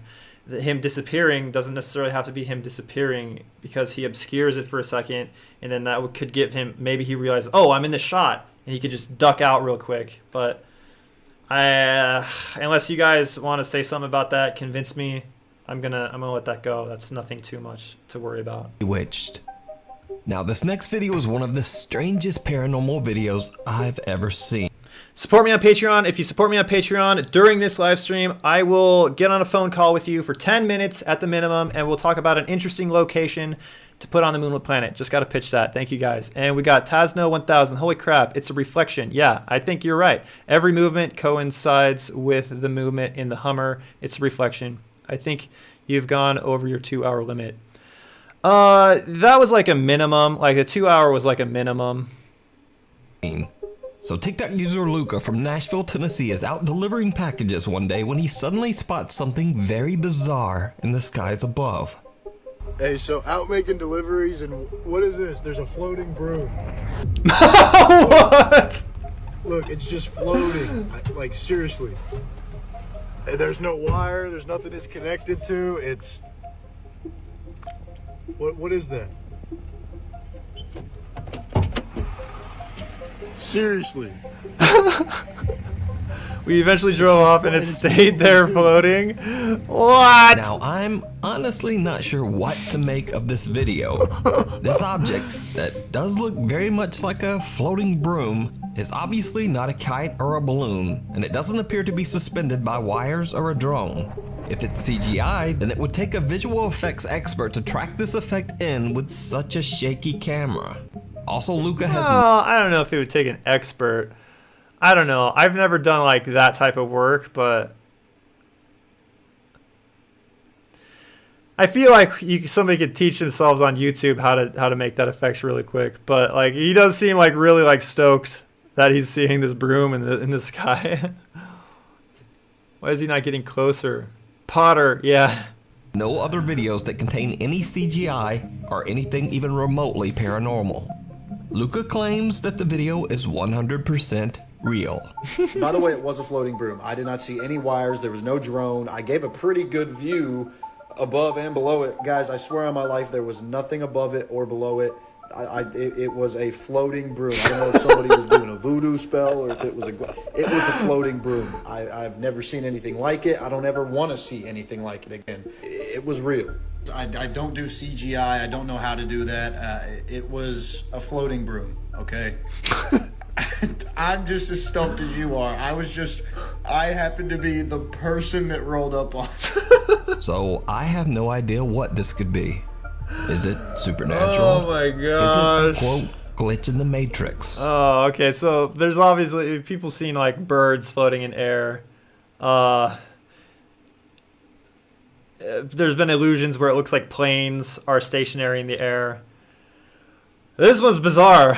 You know what? Just because I want to actually know what's going on there, because I can't think off the top of my head. Obviously, it could be CGI. It could be CGI'd. It wouldn't be hard for somebody who knew what they were doing to do that. But this guy, he seems pretty adamant. So, what do you guys think? Lucas seems legit. How can anyone question that? He's believable, huh? Well, I don't know.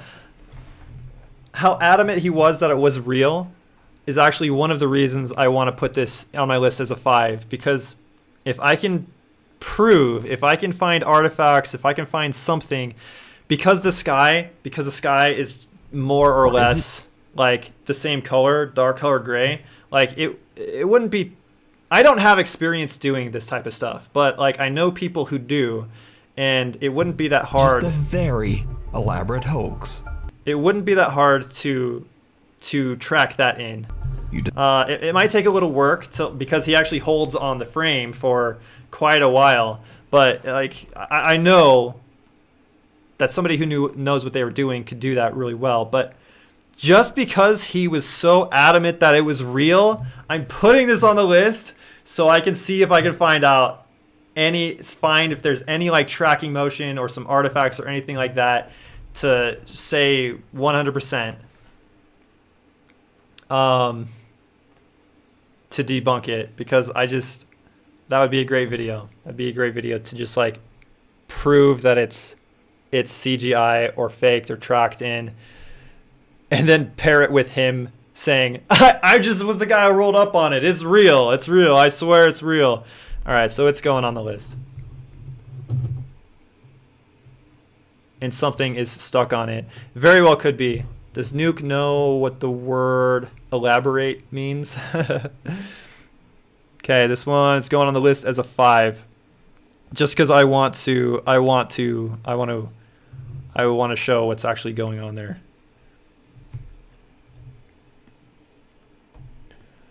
Broom in the sky. Like there's something. Like there's something off camera that's higher up, and it's caught on something. Yeah. But if that was the case, if it really was caught on something and the camera isn't picking up like the wire or whatever it's caught on, it would be to me, it would be apparent to the guy if in real life, like you and I are only getting the shot from the camera, but like he has the ability to like look around, like look over there and see if there are like telephone poles like on either side and it's caught in a wire or something like that. So maybe he's just a really good liar, like he's just lying, like just I don't know, but I want to show what is actually going on there, and then juxtapose it with him like being adamant that it's real and that he's not lying. Decide. Followed. Ghost hunter Martin from the YouTube channel Martin's Junction sets out to explore the abandoned and allegedly haunted Nepali house in the middle of the jungle in India. The house is so secluded and hidden away that the only way to get to it is by crossing a slippery log over a river. In the middle of the night. Before he heads out, Martin sets up a static night vision camera at the log to record as he makes his way towards the house. Now, the house is empty and full of bats, lizards, and snakes. So after a bad fall, Martin decides to head back home. But something might have followed him. As Martin attempts to cross back over the log, things take a terrifying turn.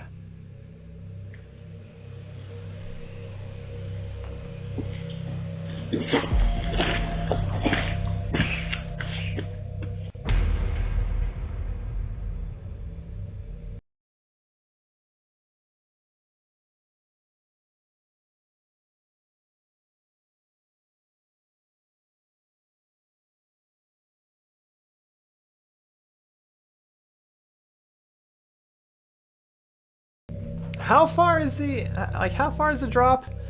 I wasn't paying attention. A log over a river hidden away that the only in the middle of the jungle in India. The house is so secluded and hidden away that the only way to get to it is by crossing a slippery log over a river.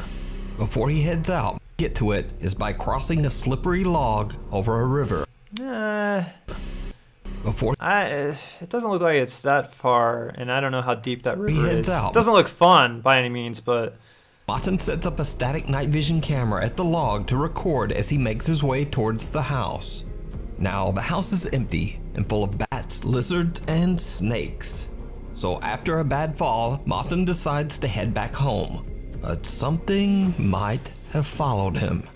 As Martin attempts to cross back over the log, things take a terrifying turn.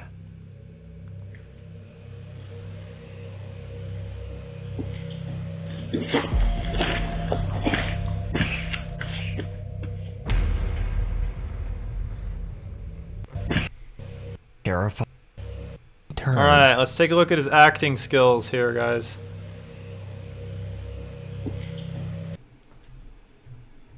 All right, all right, all right. Arms go up. He pauses. He definitely doesn't trip. He just kind of stops.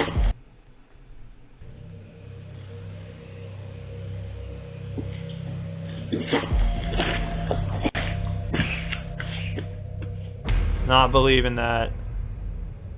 I'm giving this one a 0. I do not believe this guy at all. That was a really bad fall, meaning like it was a good fall, meaning like it wasn't a fall.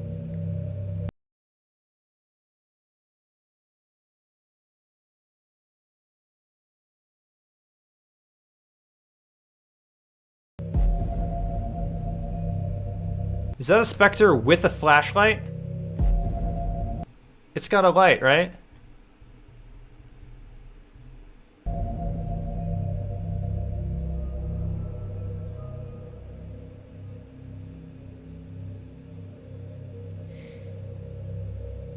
This is a static cam.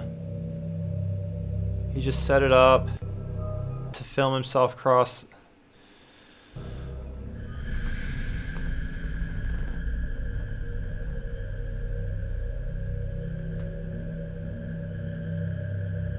Yeah, I agree with you, Tanzo. This guy is... Something dark seems to be lurking in the jungle behind Martin, but every time the ghost hunter checks the area behind him with his flashlight, whatever it is has disappeared. The mysterious figure appears several times and disappears just as fast.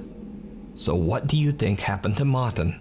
All right, number one, I'm pretty sure just from the original shot that river, it's like a few feet below that log. If there is even really a lot of water, I didn't get a good look at it, but it's maybe you could get hurt, like maybe you could break a bone if you fell off it in the wrong way, but it's definitely not going to be a life-threatening fall by any stretch of the imagination. And I'm like 99% sure that he purposefully dropped. Like, he didn't trip. It doesn't look like his momentum carried over, and he lost control of his momentum. He literally just stopped on the log and fell for some reason. And because it's a steady cam, it's like a static shot. I hope I'm using that terminology correctly. No, this is not happening. Back, the abandoned asylum. All right, this is the last one of nukes, and then we're gonna check and see if We're going to check and see if we have any new stories on the Discord or any other reactions. And then, yeah. Lead paranormal investigator Kaylee Love from the YouTube channel Love to Investigate reached out to me about a very creepy video she recorded in an old abandoned mental asylum in South Wales, UK. Kaylee says that she was alone with a fellow investigator exploring one of the decaying asylum's many buildings. Without knowing, she captures something absolutely chilling. The bathroom again, there.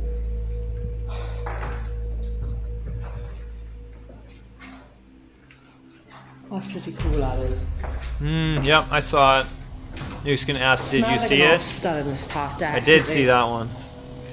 Did you see it? Yeah, I did. At the end of the hallway in front of Kaylee and her team member, someone appears to be standing there, just watching her, before simply disappearing around the corner.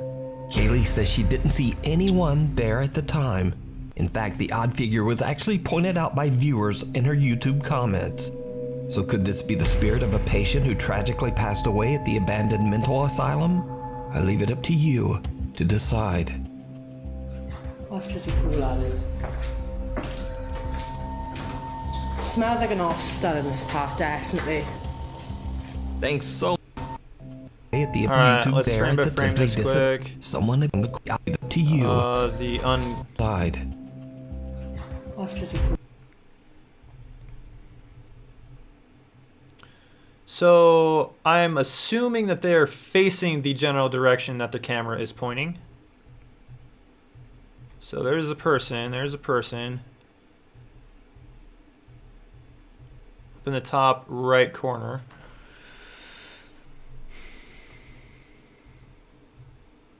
Whatever that little, like that black streak down the front, that is odd. Do you think that's hair? Do you think that's just long hair? Or is that some sort of uniform?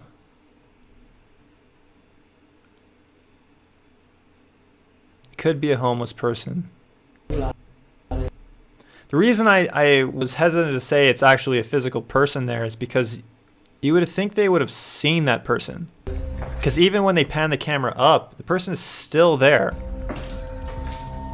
They're walking towards that person. And in that, like, I think that's the person going around the corner. Yeah, the person is still there when they pan the camera up. The thing is if that was a homeless person, they would have to be blind to not physically see that person with their own eyes. Because they're walking towards that person. Unless they are like looking off to the side, pointing the camera forward and looking away or looking at a different room or looking behind them. And there's two of them. And for neither of them to have noticed that person, that's astonishing. That's more difficult to believe than it is if it's an actual ghost. No, his hoodie. Homeless guy. That's pretty cool, that is. They've got to be looking right at him. He's, whatever that person is, it's standing there even when they pan the camera back up. Like, they have to be looking that direction.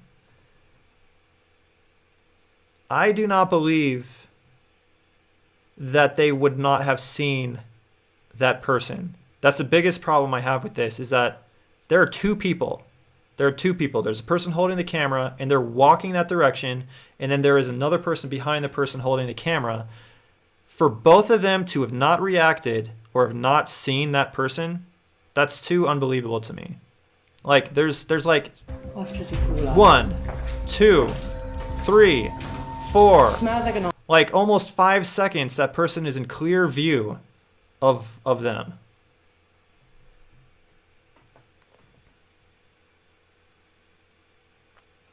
I tend to agree with you, Tasno.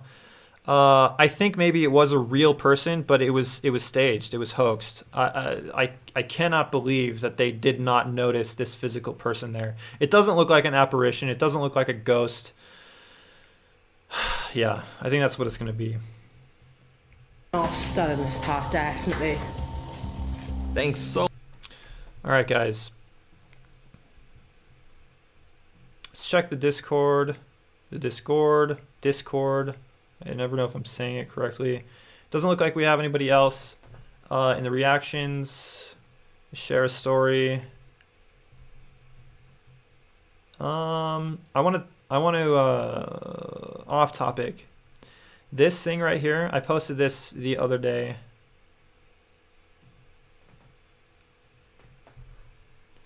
Oh, nice. And he says that they pan up means not that they looked also in the direction of the camera. Tasno says, P.S. Mr. Gray debunked this one already. Yeah, I agree. This one doesn't have anything to do with the paranormal. I saw this on TikTok the other day, and it made me really, really sad. This is an art installation called Can't Help Myself. It's a robot who is constantly leaking fluid, hydraulic fluid, and its only job is to keep, it's programmed with artificial intelligence to scoop the fluid back into itself. And it lasted for years. It lasted for years and years and years. And when it didn't have any more fluid to scoop into itself, it would like dance. It would like spin around and do things. And then it just recently died. It's just, in its later years, all it did was trying to keep itself alive. It's just like,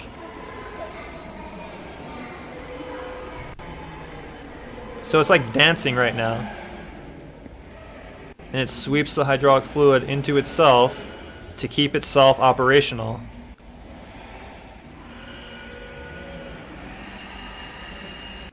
And it's doing good. It's healthy. It's happy. It's moving around.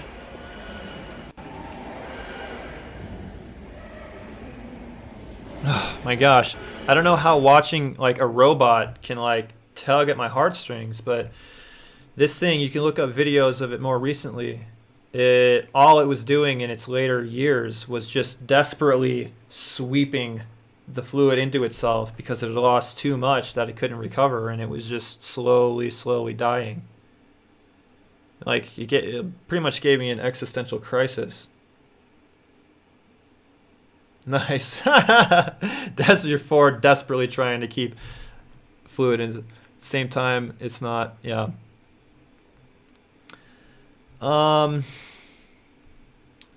Guys, it's been a fun live stream.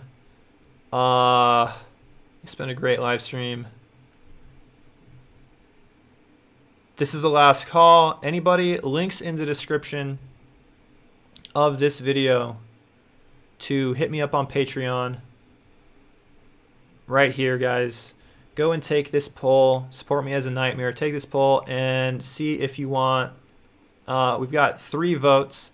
2 of them for the incredible journey of Keith Parkins. For just $3, you can participate in this poll, and you can help me decide what my Moonlit tales on Monday are that I'm going to post. It looks like a missing 411 episode is winning right now, but only 3 people have voted. So make sure, if you're a nightmare over on my Patreon, go take this poll and vote. Make sure your voice is counted, nightmare or higher. And if you want, like, just hit me up on Patreon. The Moonlit Ghost. I got 19 people supporting me, and you can support me as a creepy shadow for just $1 a month. I'm going to run down just like some of the things that you can get over on my Patreon, and then I'm going to check the stories. And we're gonna check our cloud chamber, and then I think we're gonna call it good. As a creepy shadow, if you want to support me for $1 a month, you can get the daily Moonlit blog. I post blog daily. Sometimes it's not a lot, other times it's a little bit more. You get your name in the Moonlit credits for every Monday Moonlit tale, and you can get a share a story private Discord, and that is this right here. Takes precedence over the other share a story.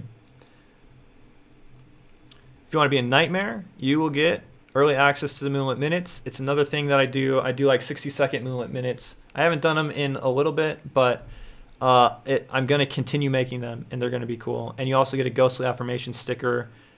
Bogarts get you all of this other stuff and behind-the-scenes content, bloopers, teasers. I post things from like when I'm making these videos. It's fun. It's really cool. As a ghost, you get a monthly Zoom hangout with me. I haven't done one yet, but it's scheduled for next week, Wednesday. So come hang out with me on Zoom. We're gonna do like live Q&A. We're gonna do kind of have like a party, maybe play some games, and then talk about where I'm taking the channel. If you want to be a ghost and hit me up on Zoom during that, that'd be great. $15 a month gets you private weekly Moonlit project live streams. So one of the things that I want to do with this channel is I want to do more debunkings. I want to debunk more videos, but a lot of the things that I want to debunk, I really want to dive into, and it takes a lot of research. And so this private live stream that Poltergeist you get to actually kind of like this, but instead of just doing reactions and like telling people stories, I will be just exclusively working on a project, and you get to join me and see how I make like debunking Ghosts of Carmel, Maine. And that is one project I'm currently working on, and just other things. And then you can kind of get into the other things, get an idea, but those are the main ones that you guys can go and support me. And if you support me, go over there, links in the description. Before I end this live stream, you get a call. Tasno is a ghost. Tasno. Nice. Good night, Andy. Good night. Thank you for joining me. I am going to wrap this live stream up. Does anybody have anything else? Share a story or anything like that? I'm going to pitch one more time. The Ape Canyon Sasquatch attack, posting Monday. I'm really excited about that video. Really excited. Make sure to tune in Monday around noon. And let's check in on the, where is it? Right there. We got anything going on here? No, it's not gonna show up.